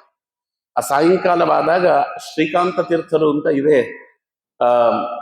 ಶ್ರೀಪಾದರಾಜರ ಮಠದಲ್ಲಿ ಮುಂದೆ ಬಂದಂತ ಮಹಾನುಭಾವರು ಶ್ರೀಪಾದರಾಜರ ಅಷ್ಟಕ ಅಂತ ಅಲ್ಲಿ ಬರೆದಿದ್ದಾರೆ. ಅದರಲ್ಲಿ ಕೆಲವು ಅವರ ಜೀವನದ ಘಟನೆಗಳನ್ನ ಅಲ್ಲಿ ದಾಖಲು ಮಾಡ್ತಾರೆ. ಅದರಲ್ಲಿ ಒಂದನ್ನು ತೆಗೆದು ನಾನು ನಿಮಗೆ ಹೇಳುವಂತ ಪ್ರಯತ್ನ ಮಾಡ್ತಿದ್ದೇನೆ. ಸಾಯಂಕಾಲೇ ಕದಾಚಿತ್ ಗುಣಗಣ ಭರತೆ ಸ್ವರ್ಣವರ್ಣೆ ಯತೀಂದ್ರೆ ದೂರೇ ಗ್ರಾಮ ಪುರಃ ತತ್ ಕೀಯತಿ ಕಥಯಮೇ ಬಾಲಕೇತಿ ಬ್ರುವಾಣೆ ಸೂರ್ಯಂ ಮಾಂ ಸೈರಿಭಾಂ ಸ್ತ್ಯಂ ಸಕಲ ಬುಧಮಣಿ ಪಶ್ಯ ಕಿಂತ್ಯಾ ಬ್ರುವೇಹಂ ಯೋವಾದೀತ್ ವರ್ಣವರ್ಣಂ ಗುರುಂ ಇತಿ ಸಹಸಾ ಸೋವತಾನ್ ಮಾಂ ಯತೀಂದ್ರ. ಶ್ಲೋಕದ ಅವರೆಲ್ಲ ಘಟನೆಯನ್ನು ಹೇಳಿಬಿಡ್ತಾರೆ. ಸಾಯಂಕಾಲ ಆಯಿತು, ಸೂರ್ಯ ಇನ್ನೇನು ಮುಳುಗುವಂತಹ ಸ್ಥಿತಿ. ಅಬ್ಬೂರು ಎಷ್ಟು ದೂರ ಇದೆ ಎನ್ನುವ ಕಲ್ಪನೆ ಅವರಿಗೆ ಸ್ವಲ್ಪ ತಪ್ಪಿತು. ಭಗವಂತನ ಇಚ್ಛೆ ಎಲ್ಲವೂ ಕೂಡ ಸ್ವಲ್ಪ ಮಬ್ಬಾಗಿ ಕಾಣ್ತಾ ಇದೆ. ಎಷ್ಟು ದೂರ ಇದೆ ಅಂತ ಗೊತ್ತಾಗ್ಲಿಲ್ಲ. ಹತ್ತಿರದಲ್ಲಿ ನೋಡಿದ್ರೆ ದೂರೇ ಗ್ರಾಮ ಪುರತಃ ತಾತಕೇತಿ ಕಥಯಮೇ ಬಾಲಕೇತಿ ಬ್ರುವಾಣಿ. ಹತ್ತಿರದಲ್ಲಿ ದನ ಕಾಯುವಂತಹ ಒಬ್ಬ ಹುಡುಗ ಇದೆ, ಯಾರನ್ನ ಲಕ್ಷ್ಮೀನಾರಾಯಣ ಅಂತ ಕರೀತೇವೆ, ಅವರಲ್ಲೇ ಇದ್ರಂತೆ. ಅವರನ್ನ ಕರೆದು ಹತ್ತಿರಕ್ಕೆ ಸ್ವಾಮಿಗಳು, ನೋಡಪ್ಪ ಇಲ್ಲಿ ಅಬ್ಬೂರು ಇಲ್ಲಿಂದ ಎಷ್ಟು ದೂರವಾಗ್ತದೆ ಅಂತ ಕೇಳಿದ್ರೆ ಅವರು 5 ಪದಗಳಲ್ಲಿ ಉತ್ತರ ಕೊಟ್ರಂತೆ. ಇಲ್ಲಿ ಅದನ್ನು ಹೇಳ್ತಾರೆ, ಸೂರ್ಯೇ ಮಾಂ ಸೈರಿ ಭಿಂಸ್ತ್ಯಾಂ ಸಕಲ ಬುಧಮಣಿ ಪಶ್ಯ ಕಿಂತ್ಯಾ ಬ್ರುವೇಹಂ. ಅಬ್ಬೂರು ಎಷ್ಟು ದೂರ ಅಂತ ಕೇಳ್ತಿದ್ದೀರಾ? ಅತ್ತ ನೋಡಿ, ಇತ್ತ ನೋಡಿ, ಸುತ್ತ ನೋಡಿ, ಹೊತ್ತು ನೋಡಿ, ಗೊತ್ತು ಮಾಡಿ ಅಂತ ಹೇಳಿ 5 ಪ್ರಶ್ನೆ, 5 ಉತ್ತರ ಒಂದು ಪ್ರಶ್ನೆಗೆ. ನಮ್ಮ ಪರೀಕ್ಷಿತ ರಾಜರು 5 ಪ್ರಶ್ನೆ ಕೇಳಿದ್ರೆ ಇವ್ರು 5 ಉತ್ತರ ಕೊಡ್ತಾರೆ. ಎಷ್ಟು ಚೆನ್ನಾಗಿದೆ ನೋಡ್ರಿ. ಇದು ನೋಡ್ಲಿಕ್ಕೆ ಯಾರೋ ಒಬ್ಬ ಇವತ್ತಿನ ಕಾಲದಲ್ಲಾದ್ರೆ ಅವ್ರು ಕೇಳಿದ ಮೇಲೆ ಹೇಳ್ಬೇಕಪ್ಪ, ತಲರಟೆ ಯಾಕೆ ಅಂತ ಅನ್ನೋಂಗಾಗ್ತದೆ. ಅವರಿಗೆ ನಾನೇ ನಿಮ್ಮ ಶಿಷ್ಯನಾಗಲಿಕ್ಕೆ ಬಂದವ ಅಂತ ಭಗವಂತನ ಇಚ್ಛೆಯಂತೆ ಸೂಚನೆ ಮಾಡಿದಂತಿದೆ ಇದು. ಇವೆಲ್ಲವೂ ಉಪನಿಷತ್ತಿನ ಮಾತುಗಳು. ನಾನು ಅದಕ್ಕೆ ಹೇಳ್ತೇನೆ, ಮಹಾನುಭಾವರುಗಳು ಯಾರೂ ವ್ಯರ್ಥವಾಗಿ ಮಾತಾಡುವುದಿಲ್ಲ. ಅತ್ತ ನೋಡಿ ಇತ್ತ ನೋಡಿ, ಇದು ಉಪನಿಷತ್ತಿನ ಮಾತು. ಸ ಯಶ್ಚಾಯಂ ಪುರುಷೇ ಯಶ್ಚಾಸಾವಾದಿತ್ಯೇ ಸ ಏಕಃ, ಉಪನಿಷತ್ತಿನಲ್ಲಿ ಮಾತಿದೆ. ಯಶ್ಚಾಸಾವಾದಿತ್ಯೇ, ಸೂರ್ಯನ ಅಂತರ್ಗತನಾಗಿ ಸೂರ್ಯನಾರಾಯಣನಾಗಿ ಭಾರತೀಯ ರಮಣ ಮುಖ್ಯ ಪ್ರಾಣಾಂತರ್ಗತನಾದ ಗಾಯತ್ರಿ ಪ್ರತಿಪಾದ್ಯನಾಗಿರ್ತಕ್ಕಂಥ ನಾರಾಯಣ ಅಲ್ಲೇನು ನಮಗೆ ಅನುಗ್ರಹ ಮಾಡಲಿಕ್ಕೆ ಅಂತಿದ್ದಾನೆ. ಅದೇ ನಾರಾಯಣನೇ ನಮ್ಮ ಬಿಂಬರೂಪಿಯಾಗಿದ್ದಾನೆ. ಸಯಶ್ಚಾಯಂ ಪುರುಷೇ ಯಶ್ಚಾಸ ಆದಿತ್ಯೇ ಸ ಏಕಃ. ಅದು ರೂಪ ಬೇರೆ ಇದ್ರೂ ಕೂಡ ಭಗವಂತ ಅನ್ನುವುದು ಒಂದೇ. ಅಲ್ಲಿ ಸೂರ್ಯನ ಅಂತರ್ಗತನಾಗಿರುವ ಸೂರ್ಯನಾರಾಯಣನ ಉಪಾಸನೆಯಿಂದಲೇ ನಮಗೆ ಬಿಂಬಾಪರೋಕ್ಷ ಆಗುವುದಕ್ಕೆ ಮೊದಲನೇ ಮೆಟ್ಲು ಅಂತ ಅದನ್ನಲ್ಲಿ ಹೇಳ್ತಾರೆ. ಸ ಏಕಃ. ಅದಕ್ಕೆ ಅತ್ತ ನೋಡಿ ಇತ್ತ ನೋಡಿ, ಇತ್ತ ನೋಡಿ ಅಂದ್ರೆ ನನ್ನ ಬಿಂಬಮೂರ್ತಿ ಅಂತ ಅರ್ಥ. ಅದು ಉಪನಿಷತ್ತಿನ ಮಾತು. ಸುತ್ತ ನೋಡಿ ಅಂತ, ಸುತ್ತ ನೋಡಿ ಅಂದ್ರೆ ವ್ಯಾಪ್ತೋಪಾಸನೆ. ಆಚಾರ್ಯರು ಹೇಳಿದ ವ್ಯಾಪ್ತೋಪಾಸನೆ. ಬಹುಚಿತ್ರ ಜಗತ್ ಬಹುದಾಕರಣ ಪರಶಕ್ತಿರನಂತ ಗುಣಪರ ಮಹಾಚಾರ್ಯರು ಹೇಳಿದ್ರಲ್ಲ, ಇಡೀ ಜಗತ್ತನ್ನ ನೋಡಿದ್ರೆ ಎಷ್ಟು ಚಿತ್ರ ವಿಚಿತ್ರವಾಗಿರ್ತಕ್ಕಂತಹ ವಸ್ತುಗಳಿವೆ. ಅದು ಚೇತನ ಇರಲಿ ಜಡವಿರಲಿ, ಒಂದರಂತೆ ಒಂದಿಲ್ಲ, ಒಂದರಲ್ಲೂ ಕುಂದಿಲ್ಲ. ಹೇಗೆ ಭಗವಂತ ಎಲ್ಲವನ್ನ ತಾನು ಸೃಷ್ಟಿ ಮಾಡಿದ್ದಾನೆ. ತತ್ ಸೃಷ್ಟ್ವಾ ತದೇವ ಅನುಪ್ರವಿಶತ್ ತದನುಪ್ರವಿಶ್ಯ, ಎಲ್ಲ ಉಪನಿಷತ್ತೆ. ಭಗವಂತ ಇಡೀ ಜಗತ್ತನ್ನೆಲ್ಲವನ್ನ ಸೃಷ್ಟಿ ಮಾಡಿ ಅಣುರೇಣು ತೃಣಕಾಷ್ಟ ಪರಿಪೂರ್ಣ ಗೋವಿಂದ ಅಣೋರಣೀಯಾನ್ ಮಹತೋ ಮಹೀಯಾನ್, ಅದರೊಳಗೆ ತಾನು ಸ್ವಾಮಿ ಪ್ರವೇಶ ಮಾಡಿ ಅವುಗಳಲ್ಲಿ ಚೇತನ, ಅವುಗಳಲ್ಲಿ ಕಾರ್ಯ ಕರ್ಮ ಅನ್ನುವುದನ್ನುಂಟು ಮಾಡಿದ್ದಾನೆ ಅಂತ ಹೇಳುವುದಕ್ಕೆ ಸುತ್ತ ನೋಡಿ. ಆಮೇಲೆ ಹೊತ್ತು ನೋಡಿ ಅಂತ. ಹೊತ್ತು ನೋಡಿ ಅಂದ್ರೆ ನಮ್ಮ ಆಯುಸ್ಸೆಷ್ಟು ಅಂತ ನೋಡ್ಕೊಳ್ರಿ. ಈಗ ಅಬ್ಬೂರು ಅಂದ್ರೆ ಏನು? ಜ್ಞಾನ ಮಂಟಪ. ಜ್ಞಾನ ಮಂಟಪ ಅಂದ್ರೆ ವೈಕುಂಠ ಅಂತ ಅರ್ಥ. ಈ ವೈಕುಂಠಕ್ಕೆ ಎಷ್ಟು ದೂರ ಇದೆ ಅಂತ ಪ್ರಶ್ನೆಗೆ ಹೇಳಿದ್ರೆ, ಇಷ್ಟು ದಿನ ಈ ವೈಕುಂಠ ಎಷ್ಟೋ ದೂರವೋ ಎನ್ನುತ್ತಲಿದ್ದೆ ಅಂತ ಕನಕದಾಸರು ಹೇಳಿದ್ರಲ್ಲ, ಹೆಚ್ಚು ಕಮ್ಮಿ ಆ ಕೀರ್ತನೆಯ ಅರ್ಥ ಇದ್ದಂಗಿದೆ. ಹೊತ್ತು ನೋಡಿ ಅಂದ್ರೆ ನಿಮ್ ಹೊತ್ತು ಅಂದ್ರೆ ಆಯುಸ್ಸು ಅಂತ. ಯಾವಾಗ ನಾವು ಹೊರಡಬೇಕಾಗ್ತದೋ ಗೊತ್ತಿಲ್ಲ, ಹೊತ್ತು ನೋಡ್ಕೊಳ್ಳಿ. ಅದನ್ನ ನೋಡ್ಕೊಂಡು ಗೊತ್ತು ಮಾಡಿ ಅಂದ್ರೆ ಏನ್ ಸಾಧನೆ ಮಾಡ್ತೀರಿ ಅಂತ ಗೊತ್ತು ಮಾಡಿ ಅಂತ. ಇದು ಲೌಕಿಕದಲ್ಲಿ ಹೇಳಿದ್ದೇನು? ಸೂರ್ಯ ಮುಳುಗ್ತಾ ಇದ್ದಾನೆ, ಚಿಕ್ಕ ಹುಡುಗ ನಾನು, ಇನ್ನೂ 6 ವರ್ಷ ತುಂಬದೇ ಇದ್ದವ, ಈ ದನಗಳನ್ನೆಲ್ಲ ಮೇಯಿಸ್ಕೊಂಡು ಇಲ್ಲಿದ್ದೇನೆ, ಇನ್ನೂ ಮನೆಗೆ ಹೋಗಿಲ್ಲ ಅಂದ್ರೆ ಹತ್ತಿರದಲ್ಲೇ ಅಬ್ಬೂರಿದೆ ಅಂತ ಅರ್ಥ ಅಂತ. ಇದು ಲೌಕಿಕವಾದ ಅರ್ಥ. ಆದ್ರೆ ಅತ್ತ ನೋಡಿ ಇತ್ತ ನೋಡಿ ಸುತ್ತ ನೋಡಿ ಹೊತ್ತು ನೋಡಿ ಗೊತ್ತು ಮಾಡಿ, ಇದು ಇಡೀ ಉಪನಿಷತ್ತಿನ ಅರ್ಥಾನುಸಂಧಾನವನ್ನ ತೆಗೆದು ಮುಂದಕ್ಕೆ ಇಟ್ಟಂಗಾಯ್ತು ಮತಿಸಿ. ಅದು ಗೊತ್ತಾಗಿಬಿಡ್ತು ಅವ್ರಿಗೆ. ಸ್ವರ್ಣವರ್ಣ ತೀರ್ಥರಿಗೆ ಆಗಲೇ ಗೊತ್ತಾಯ್ತಂತೋಹೋ ಇವು ಯಾರೋ ಸಾಮಾನ್ಯನಲ್ಲ, ನಮ್ಮ ಶಿಷ್ಯನಾಗಿ ಬರುವುದಕ್ಕೆ ನಮಗೋಸ್ಕರವಾಗಿ ನಮ್ಮ ತಿಮ್ಮಪ್ಪನಿಂದ ಕೊಡಲ್ಪಟ್ಟಂತಹ ಸಾಕ್ಷಾತ್ ಧ್ರುವರಾಜ ಅಂತ ಅವ್ರಿಗೆ ಗೊತ್ತಾಯಿತು. ಹಾಗಾಗಿ ಅವರು ಈಗ ದನಗಳೆಲ್ಲ ವಾಪಸ್ ಹಂಗೆ ಮನೆಗೆ ಹೋಗ್ತದಪ್ಪ, ನೀನು ಬಾ ನಾನು ಕರ್ಕೊಂಡು ಹೋಗ್ತೇನೆ ನಿನ್ನನ್ನ ಅಂತ ಅವ್ರು ಹೇಳಿದ್ರೆ, ಇಲ್ಲ ಸ್ವಾಮಿ, ಹಿಂದೆ ಹಿಂಗೆ ಪುರುಷೋತ್ತಮ ತೀರ್ಥರು ಒಮ್ಮೆ ಮೇನೆನಲ್ಲಿ ಬರ್ತಿದ್ದಾಗ ನಮ್ಮ ದೊಡ್ಡಮ್ಮನ ಮಗ ಇಲ್ಲೇ ಆಟ ಆಡ್ತಿದ್ದ, ಬಾರೋ ಮೇನೆನಲ್ಲಿ ಕರ್ಕೊಂಡು ಹೋಗ್ತೀನಿ ಎಂದಿದ್ದಕ್ಕೆ ಅವನು ಮೇನೆ ಹತ್ತಿದ. ಅವನನ್ನು ಸನ್ಯಾಸಿ ಮಾಡಿ ಕುಡಿಸ್ಬಿಟ್ಟಿದ್ದಾರೆ. ನಾನು ಸನ್ಯಾಸಿ ಗಿನ್ಯಾಸಿ ಎಲ್ಲ ಆಗಲ್ಲ, ನೀವೇ ಹೋಗಿ ಬನ್ನಿ ಅಂತ ತಮಾಷೆಗೆ ಹೇಳಿದ್ರು ಅಂತ ಇವೆಲ್ಲ ಕಥೆ ಇದೆ. ಇದಾದ ಮೇಲೆ ಅವರಲ್ಲಿಗೆ ಹೋಗಿ ತದನಂತರದಲ್ಲಿ ಅಲ್ಲಿ ಸ್ವರ್ಣವರ್ಣ ತೀರ್ಥರು ಪುರುಷೋತ್ತಮ ತೀರ್ಥರನ್ನ ಭೇಟಿಯಾಗಿ ನಮಗೆ ದಾರಿಯಲ್ಲಿ ನಮಗೆ ಭಗವಂತ ನಮ್ಮ ಉತ್ತರಾಧಿಕಾರಿಯನ್ನ ಸ್ವಾಮಿ ಕೊಟ್ಟಿದ್ದಾನೆ ಅಂತ ಅವರು ಸೂಚನೆ ಮಾಡಿ, ಆದ್ಮೇಲೆ ಅವರು ರಾಮಶೇಷಗಿರಿ, ಅವರ ಶೇಷಗಿರಿ ಆಚಾರ್ಯರು ಅಂತ ಕರೆಯೋರು ಅವರನ್ನ ಕರೆಸಿ, ತಾಯಿಯನ್ನ ಕರೆಸಿ, ಒಬ್ಬರೇ ಮಕ್ಕಳವರಿಗೆ ಭಗವಂತ ನಿಮಗೆ ಇನ್ನೊಂದು ಮಗುವನ್ನ ಕೊಡ್ತಾನೆ. ಉಪನಯನ ಸಹಿತ ಆಗಿರ್ಲಿಲ್ಲ ಅವಾಗ. ನೀವು ಇಲ್ಲಿಂದ ಇವರ ಜೊತೆಗೆ ಶ್ರೀರಂಗಕ್ಕೆ ಹೋಗಿ, ಶ್ರೀರಂಗ ಅನ್ನುವುದು ಇವರ ಕಾರ್ಯಕ್ಷೇತ್ರವಾಗ್ತದೆ, ಉಪನಯನ ಮಾಡಿ ಇದಾದ ಮೇಲೆ ಸನ್ಯಾಸಾಷ್ಟಮ ಸ್ವೀಕಾರ ಮಾಡ್ಲಿಕ್ಕೆ ಅನುಮತಿ ಕೊಡಿ ಅಂತ ಅವ್ರು ಹೇಳಿ, ನೀವು ಶ್ರೀರಂಗಕ್ಕೆ ಹೋಗಿ ಅಲ್ಲಿ ಶ್ರೀರಂಗನ ಸೇವೆಯನ್ನ ಮಾಡಿಕೊಂಡಿರಿ ಅಂತ ಕಳಿಸಿಬಿಡ್ತಾರೆ. ಎಂಬಾಲಂ ಸಂಜಿಗೃಕ್ಷು ಪಿತರಂ ಅನುಸರನ್ ಮಾತರಂ ಚಾಸ್ಯ ಪೃಷ್ಟ್ವ ಭಿಕ್ಷಾವ್ಯಾಜೇನ ವೃತ್ವಾ ಯತಿಪತಿ ಉಪನಾಯ್ಯಾಂ ಹರಿ ಅಧ್ಯಾಪಯಿತ್ವಾ ವೇದ ಸರ್ವಾಣಿ ಶಾಸ್ತ್ರಾಣಿ ಅತ ಸಕೃತ್ ಉದಿತಾನ್ಯಪಿ ಅನೂನಾನಿ ದೃಷ್ಟ್ವಾ ಪ್ರಾದಾತ್ಯಸ್ಮೈ ಪರಿಹುರಾಟ್ ಪದನುಪಿ ಚ ನಿಚಂ ಸೋಮವತಾನ್ ಮಾಂ ಯತೀಂದ್ರ. ಅಲ್ಲಿ ಅದನ್ನ ಆವಾಗ ಅವರು ಶ್ರೀರಂಗಕ್ಕೆ ಹೋಗಿ ಅಲ್ಲಿ ಉಪನಯನಾದಿಗಳಾಗಿ 2 ವರ್ಷಗಳ ಕಾಲ ಸ್ವರ್ಣವರ್ಣ ತೀರ್ಥರೇ ಅವರಿಗೆ ಪಾಠ ಹೇಳಿ ಅವರಿಗೆ ಸನ್ಯಾಸಾಶ್ರಮವನ್ನ ಕೊಟ್ಟು ಲಕ್ಷ್ಮೀನಾರಾಯಣ ತೀರ್ಥರು ಅಂತ ಅವರಿಗೆ ನಾಮಕರಣ ಮಾಡಿ ಅವರನ್ನ ಹೆಚ್ಚಿನ ವಿದ್ಯಾಭ್ಯಾಸಕ್ಕೆ ರಾಘವೇಂದ್ರ ಸ್ವಾಮಿಗಳ ಮಠಕ್ಕೆ ಕಾರಣೀಭೂತರಾದ ಇವತ್ತೇನು ರಾಯರ ಮಠ ಅಂತ ಲೋಕದಲ್ಲಿ ಪ್ರಸಿದ್ಧವಾಗಿದೆ, ಅಂತ ರಾಯರ ಮಠ ಅನ್ನುವುದು ಲೋಕಕ್ಕೆ ಬರಲಿಕ್ಕೆ ಕಾರಣೀಭೂತರಾದ ವಿಭುಧೇಂದ್ರ ತೀರ್ಥ ಶ್ರೀಪಾದಂಗಳವರು, ಯಾರು ಮುಂದೆ ವಿಜಯೇಂದ್ರ ಸ್ವಾಮಿಗಳಾಗಿ ಅವತಾರ ಮಾಡಿದ್ರು ಅಂತ ವಿಭುಧೇಂದ್ರ ತೀರ್ಥ ಶ್ರೀಪಾದಂಗಳವರಲ್ಲಿ ಕಳಿಸ್ತಾರೆ. ಕಾರಣ ಇಷ್ಟೇ, ಇನ್ನೇನಿಲ್ಲ. ನೋಡಿ, ಟೀಕಾಕೃತ್ಪಾದರ ವಿದ್ಯಾಶಿಷ್ಯರಾಗಿ ಬಂದವರು ಜಯಧ್ವಜ ತೀರ್ಥರು. ಅವರು ನೇರ ಆಶ್ರಮ ಶಿಷ್ಯರು. ಅದಾದ್ಮೇಲೆ ಮೊದಲು ಅವರ ಹತ್ರ ವಿದ್ಯೆಯನ್ನು ಕಲಿತವರು ಜಯಧ್ವಜ ತೀರ್ಥರು. ಜಯಧ್ವಜ ತೀರ್ಥರ ಹತ್ರ ವಿದ್ಯೆ ಕಲಿತವರು ವಿಭುಧೇಂದ್ರರಂತೆ. ಆ ಲೆಕ್ಕದಲ್ಲಿ ಟೀಕಾಕೃತ್ಪಾದರಿಂದ ನೇರ ವಿದ್ಯೆ ಅನ್ನುವುದು ಬರಲಿ, ಬಹಳ ಹತ್ತಿರವಾಗಿ ಬಹಳ ಬೇಗ ಬರಲಿ ಅನ್ನುವ ಕಾರಣಕ್ಕೆ ವಿಭುಧೇಂದ್ರ ತೀರ್ಥರಿಂದ ಶ್ರೀಪಾದರಾಜರಿಗೆ, ಶ್ರೀಪಾದರಾಜರಿಂದ ವ್ಯಾಸರಾಜರಿಗೆ ಅದು ಆ ಟೀಕಾಕೃತ್ಪಾದರ ವಿದ್ಯೆ ಎರಡೆರಡು ಕವಲಲ್ಲಿ ಅವರಿಗೆ ಒಲಿದು ಬಂತು ಅನ್ನುವುದಕ್ಕೆ ಇದನ್ನ ನಾವು ಹೇಳ್ತಾ ಇದ್ದೇವೆ. ಹಾಗಾಗಿ ಅಂತಹ ಅದ್ಭುತವಾದಂಥ ವ್ಯಕ್ತಿತ್ವ. ಈ ಜಗತ್ತು ಇನ್ನೊಬ್ಬ ವಿಭುಧೇಂದ್ರ ತೀರ್ಥರನ್ನ ನೋಡ್ಲಿಕ್ಕೆ ಸಾಧ್ಯ ಇಲ್ಲ. ಆ ಕೇರಳಂ ತಥಾ ಸೇತುಂ ಆಗಂಗಾಂ ಚಾಹಿ ಹಿಮಾಲಯಾಂ ನಿರಾಕೃತ ಅದ್ವೈತ ಶೈವಂ ವಿಭುಧೇಂದ್ರ ಗುರುಂ ಭಜೆ ಅಂತ ಅವರ ಚರ್ಮಶ್ಲೋಕ.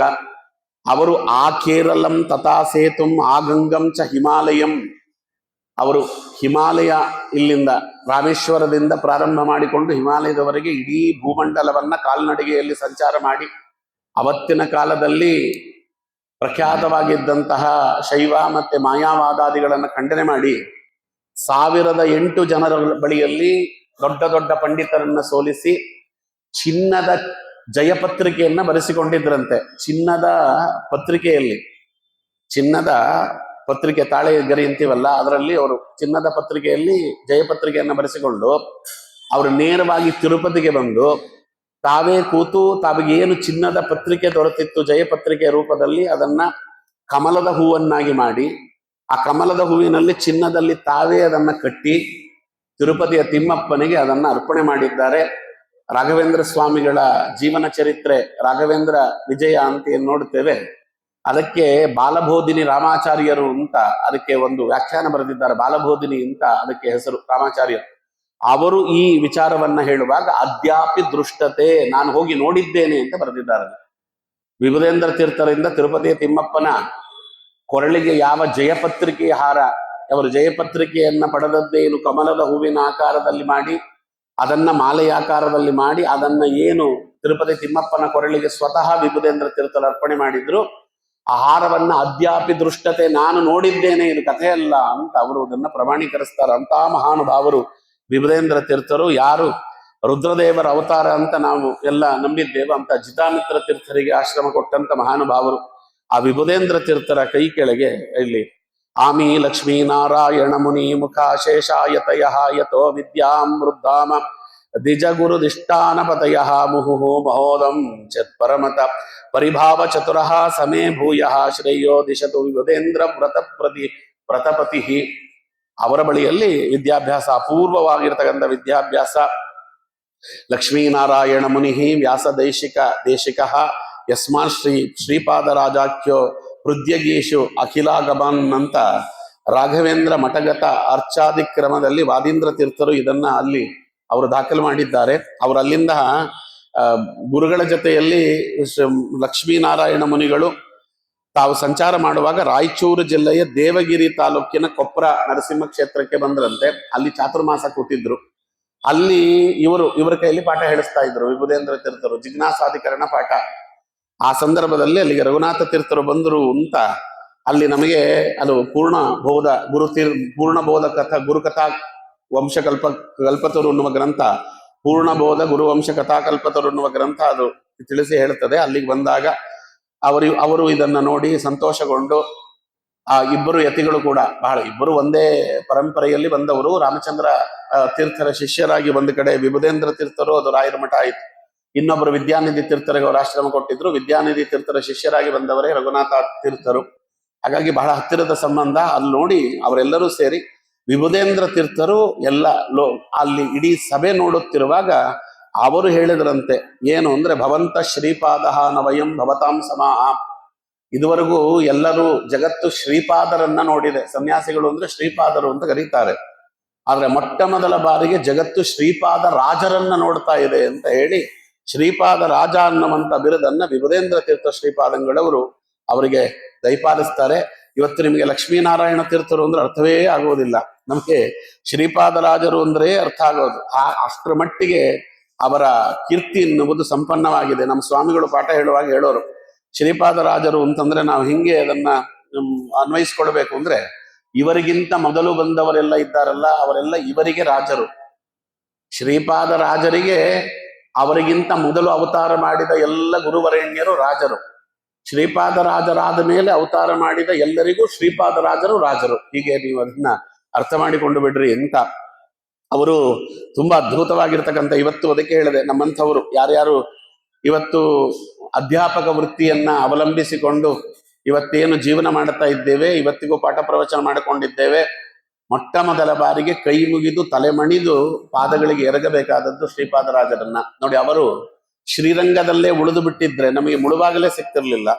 ಅವರು ಶ್ರೀರಂಗವನ್ನ ಬಿಟ್ಟು ಭಗವಂತನ ಒಂದು ಆಣತಿಯಂತೆ ಅಲ್ಲಿಂದ ಅವರು ಮೂಲಗೋಪಾಲನಾಥ ಸ್ವಾಮಿ ಗೋಪಿನಾಥ ದೇವರನ್ನ ಪೂಜೆ ಮಾಡುತ್ತಾ ದಿಗ್ವಿಜಯ ಮಾಡಿಕೊಂಡು ಅವರು ಬಂದದ್ದು ಮುಳಬಾಗಿಲಿಗೆ.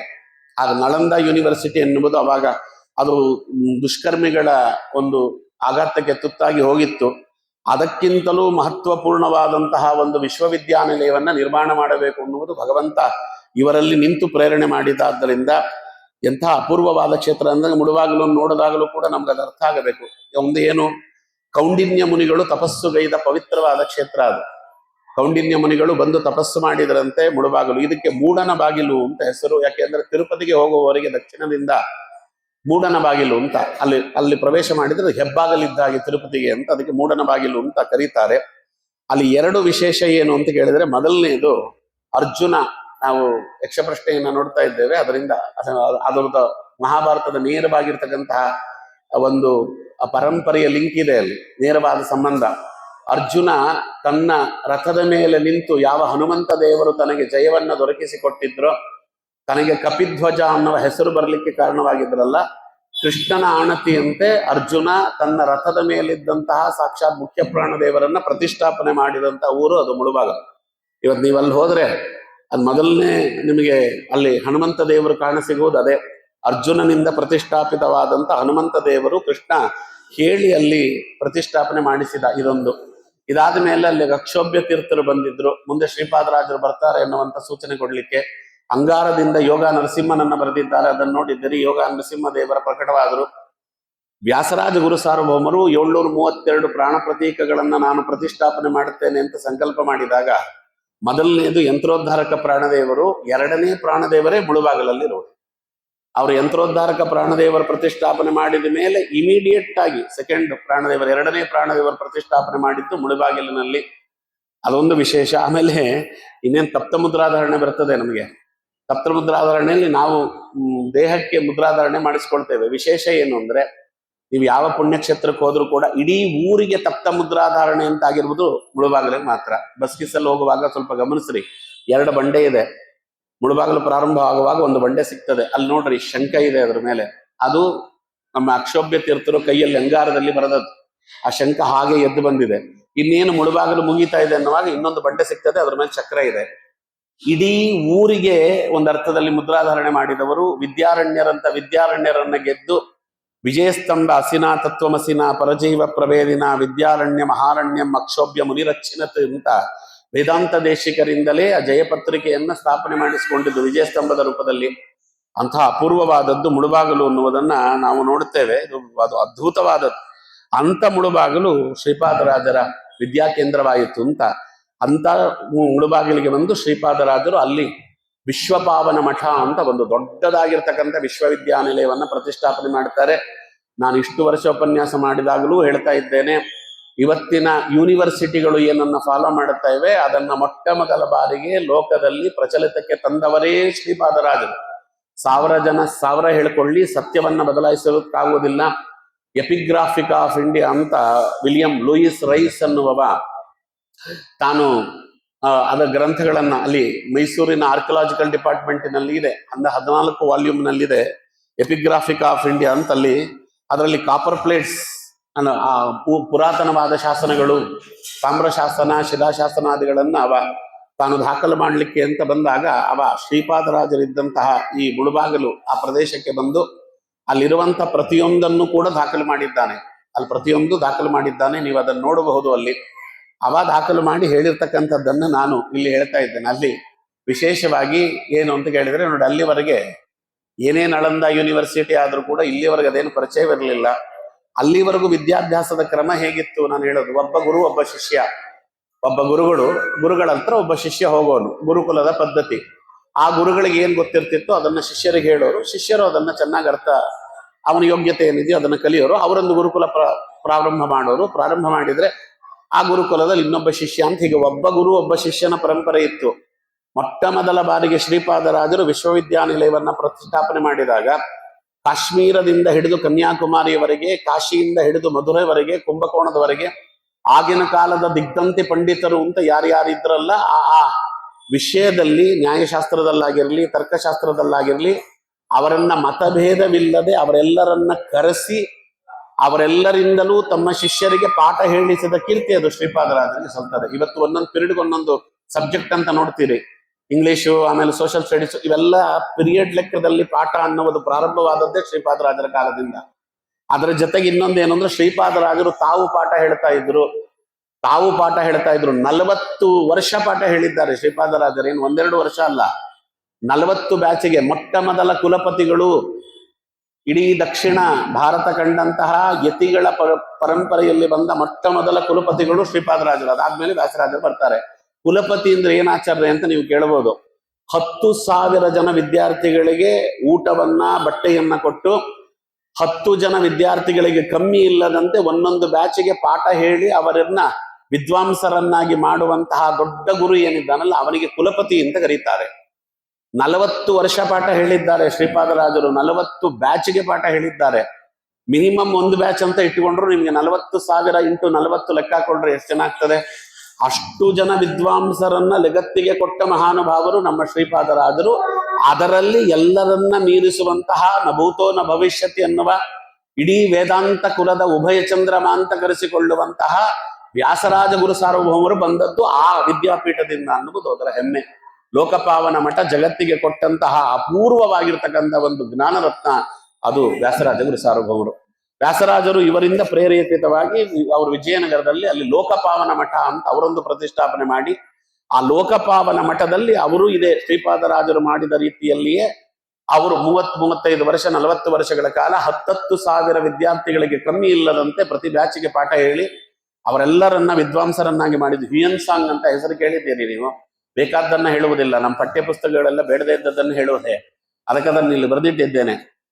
ಅವ ತಾನು ವಿಜಯನಗರವನ್ನ ನೋಡುತ್ತಾ ಆಮೇಲೆ ಮುಳುಬಾಗಿಲಿಗೆ ಹೋಗಿ ಅಲ್ಲಿದ್ದ ವಿಶ್ವವಿದ್ಯಾನಿಲಯವನ್ನೆಲ್ಲವನ್ನ ಚೆನ್ನಾಗಿ ನೋಡಿ ತನ್ನ ಡೈರಿಯಲ್ಲಿ ಅವ ಅದನ್ನು ದಾಖಲು ಮಾಡುತ್ತಾನೆ. ಏನಂತ ಬರೆದಿದ್ದಾನೆ ಗೊತ್ತಾವ? ನಾನು ಲೋಕಪಾವನ ಮಠ ಮತ್ತೆ ವಿಶ್ವಪಾವನ ಮಠ 2 ಪಾವನ ಮಠಗಳಿಗೆ ಹೋಗಿದ್ದೇನೆ. ಅಲ್ಲಿರುವ ವಿದ್ಯಾರ್ಥಿಗಳನ್ನೆಲ್ಲ ನೋಡಿದ್ದೇನೆ. ಈಗ 7 ವರ್ಷ ತುಂಬಿ 8ಕ್ಕೆ ಬಿದ್ದಿರುವ ವಿದ್ಯಾರ್ಥಿಗಳು, ಅಂದ್ರೆ ಗರ್ಭಾಷ್ಟಮ ಉಪನಯನ ಮಾಡಿ ಈಗ ಕರ್ಕೊಂಡ್ಬಂದು ಅವರನ್ನ ವಿದ್ಯಾಪೀಠಕ್ಕೆ ಸೇರಿಸಿರ್ತಾರೆ. 1 ವರ್ಷ ಆಗಿರ್ತದೆ ಅವರಿಗೆ, ಉತ್ಸರ್ಜನ ಉಪಕರ್ಮ ಆಗಿರುತ್ತೆ. ಅಂತ ಒಬ್ಬ 8 ವರ್ಷದ ಹುಡುಗನ ತಲೆಯಲ್ಲಿ ಎಷ್ಟು ವಿದ್ಯೆ ಇದೆ ಸುಮ್ಮನೆ ಹೇಳ್ತೇನೆ ಅಂತ ಅವ ಬರೀತಾನೆ. ಜರ್ಮನ್ನಿನಿಂದ ಬಂದವ. ನಮ್ಮ ಜರ್ಮನ್ನಿನಲ್ಲಿ ಎಷ್ಟು ಲೈಬ್ರರಿಗಳಿವೆ, ಅವಷ್ಟು ಲೈಬ್ರರಿಗಳಲ್ಲಿರುವಂತಹ ಎಲ್ಲ ಜ್ಞಾನಕ್ಕೆ ಸಂಬಂಧಪಟ್ಟಂತ ಗ್ರಂಥಗಳನ್ನೆಲ್ಲ ತೆಗೆದು ಒತ್ತಟ್ಟಿಗೆ ನೀವು ಹಾಕಿದ್ರು ಆ ವಿಶ್ವಪಾವನ ಮಠ ಲೋಕಪಾವನ ಮಠದಲ್ಲಿ 8 ವರ್ಷದ ಹುಡುಗ ಇದ್ದಾನಲ್ಲ ಅವನ ತಲೆಯಲ್ಲಿ ಎಷ್ಟು ಗ್ರಂಥಗಳಿದೆಯೋ ಅದು ಇದಕ್ಕೆ 16ನೇ ಒಂದು ಅಂಶಕ್ಕೂ ಸಮನಾಗುವುದಿಲ್ಲ ಅಂತ. 8 ವರ್ಷದ ಹುಡುಗನಿಗೆ ಅಷ್ಟು ಅದ್ಭುತವಾದಂತಹ ವಿದ್ಯಾ ಬುದ್ಧಿ, ಅಲ್ಲಿ ಅವರಿಗೆ ಸ್ಮರಣ ಶಕ್ತಿ ಇತ್ತು ಅಂದ್ರೆ ಇನ್ನೆಂಥ ಗುರುಗಳು ಅವರಿಬ್ರು ಅನ್ನೋದನ್ನ ನಾವು ನೋಡ್ಕೊಳ್ಬಹುದು. ಎಲ್ಲ ಕಳ್ಕೊಂಡಿದ್ದೇವೆ ನಾವು, ಎಲ್ಲವನ್ನ ಮಸ್ತಕದಲ್ಲಿಟ್ಟುಕೊಂಡು ತಿರುಗಿದವರು ಅಂತ. ಮೊನ್ನೆವರೆಗೂ ಕೂಡ ನಾವೆಲ್ಲ ಚಿಕ್ಕವರಾಗಿದ್ದಾಗ ಅಲ್ಲಿ ಇದಕ್ಕೆ ಹೋಗ್ತಿದ್ದಾಗ ವಿದ್ಯಾಪೀಠದಲ್ಲಿ ಗುರುಗಳು ಕರ್ಕೊಂಡು ಹೋಗ್ತಿದ್ರು ಮುಳುಬಾಗಿಲಿಗೆ. ಅಲ್ಲೊಂದು ನಾಣ್ಣುಡಿ ಇತ್ತು, ಮುಳುಬಾಗಿಲಲ್ಲಿ ನೀವೊಂದು ಕಲ್ಲೆಸಿದ್ರೆ ಅದು ವಿದ್ವಾಂಸರ ಮೇಲೆ ಬೀಳುತ್ತೆ ಅಂತ. ಅಷ್ಟರ ಮಟ್ಟಿಗೆ ವಿದ್ವಾಂಸರಿಂದ ತುಂಬಿ ತುಳುಕಿದ್ದಂತ ನಾಡು ಅದು ಮುಳುಬಾಗಿಲು. ನಾನು ಯಾರನ್ನ ಹೇಳ್ತೇನೆ, ನಮ್ಮ ಪರಮ ಗುರುಗಳಿಗೆ ಪ್ರಮಾಪ್ತರಾದವರು ಅಂತ ಡಿ.ವಿ. ಗುಂಡಪ್ಪನವರು, ಅವರು ಬಂದದ್ದು ಮುಳುಬಾಗಿಲಿನಲ್ಲೇ. ಅವರು ಮುಳುಬಾಗಿಲಿನಲ್ಲಿ ವೆಂಕಟರಮಣಾಚಾರ್ಯರು ಅಂತ ಅವರ ಗುರುಗಳು, ಅವರ ಬಳಿಯಲ್ಲಿ ಪಾಠ ಕಲ್ತವರು. ಹಾಗಾಗಿ ಮುಳುಬಾಗಿಲು ಅನ್ನುವುದು, ಆಮೇಲೆ ಮುಳುಬಾಗಿಲು ಅನ್ನುವುದು ಎಂಥ ನಿಸ್ಪೃಹರಾದಂಥ ಬ್ರಾಹ್ಮಣರಿಗೆ ಆಶ್ರಯ ಕೊಟ್ಟಂತ ಊರು ಅನ್ನುವುದಕ್ಕೆ ನಮ್ಮ ಗುರುಗಳ ಬಳಿಯಲ್ಲಿ ಯಾರು ಹೇಳಿದ್ದನ್ನು ಅವ್ರು ಹೇಳೋರು. ಅವರು ಮುಳುಬಾಗಿಲಿಗೆ ಹೋಗಿದ್ರಂತೆ 51-52ನೇ ಇಸ್ವಿ ಕಥೆ ಹೇಳ್ತಾ ಇದ್ದೇನೆ. ಅಲ್ಲಿಗೆ ಹೋಗಿ ಅಲ್ಲಿ ಬ್ರಾಹ್ಮಣರು ಕೂತಿರ್ತಾರಲ್ಲ, ಸಹಜವಾಗಿ ಮಠ ಅಂದ್ರೆ ಪಾರಾಯಣ ಗಿರಾಯಣ ಮಾಡ್ತಾ ಕೂತಿರ್ತಾರೆ ಎಲ್ಲರೂ. ಅಲ್ಲಿಗೆ ಹೋಗಿ ಅಲ್ಲಿ ಬಂದವ ₹2, ಅವತ್ತಿನ ಕಾಲದ ₹2. ಅವತ್ತಿನ ಕಾಲದ ₹2 ನೋಡಿದವ್ರು ಇದ್ದೀರಿ ಇಲ್ಲಿ, ಇಷ್ಟಗಲ ಇರ್ತಿತ್ತು ₹2.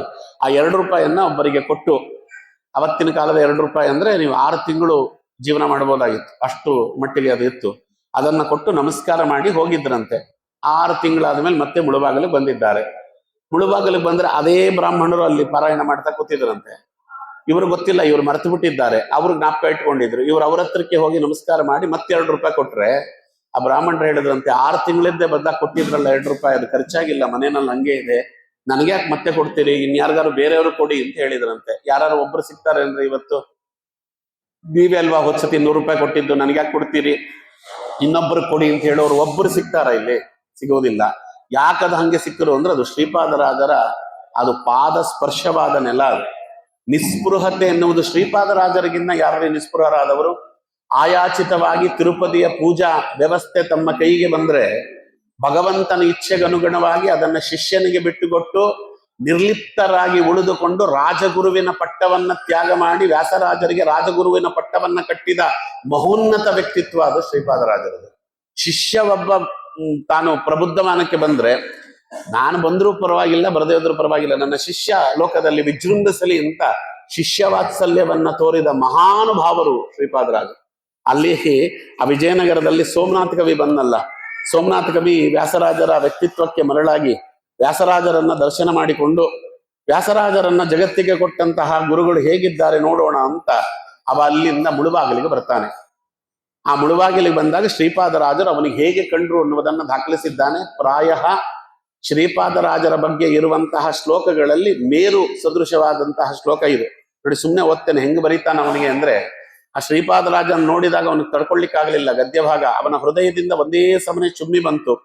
ತತ್ರ ಸಹಿತ ವಿಹತಾದಿವಾಸಂ ಸನಕಂ ಇವ ಮಹರ್ಷಿಭಿಃ ಬ್ರಹ್ಮವಾದಿಭಿಃ ಅಂತೇವಾಸಿಭಿಃ ಉಪಾಸ್ಯಮಾನಂ ಪ್ರತಿ ವಿಬುಧ ವಿಟಪಿ ಪಾಟನ ಕ್ರೀಡನ ಕಠೋರ ಕುಠೋರ ಧಾರಮಾಣ ವಾಗ್ವಂಭಂ ಹರಿದಂತರ ವಿಸರ್ಪಿಯಶಃ ಕಾಶಾವನ ಪ್ರವರ್ತಿತ ಶಾಶ್ವತ ಶರತ್ ಸಮಯಾವತಾರಂ ಮಧ್ವಮುನಿ ರಹಸಸ್ಯ ದಿಕ್ಷೇಪ ಭಾಜನಂ ಇವ ಧೈರ್ಯಸ್ಯ ಸಾಕ್ಷಾತ್ಕಾರಂ ಇವ ಸದ್ಗುಣ ಗ್ರಾಮಸ್ಯ ಬಿರುದ ಪದ್ಯಂ ಇವ ಗಾಂಭೀರ್ಯ ಮದಾವಲಸ್ಯಾಲನಂ ಇವ ಮಹಾತ್ಮಾನಂ ಸಕೃತ್ ಆಕರ್ಣಿತ ನಿಜಾಗಮನ ಪ್ರಸಂಗ ಪುಲಕಿತ ಮಾನಸಂ ಲಕ್ಷ್ಮೀನಾರಾಯಣ ಯೋಗಿನಂ ಆಸಾದ್ಯ ಭಕ್ತ್ಯಾಂ ಪ್ರಾಣಂ ಸಿ.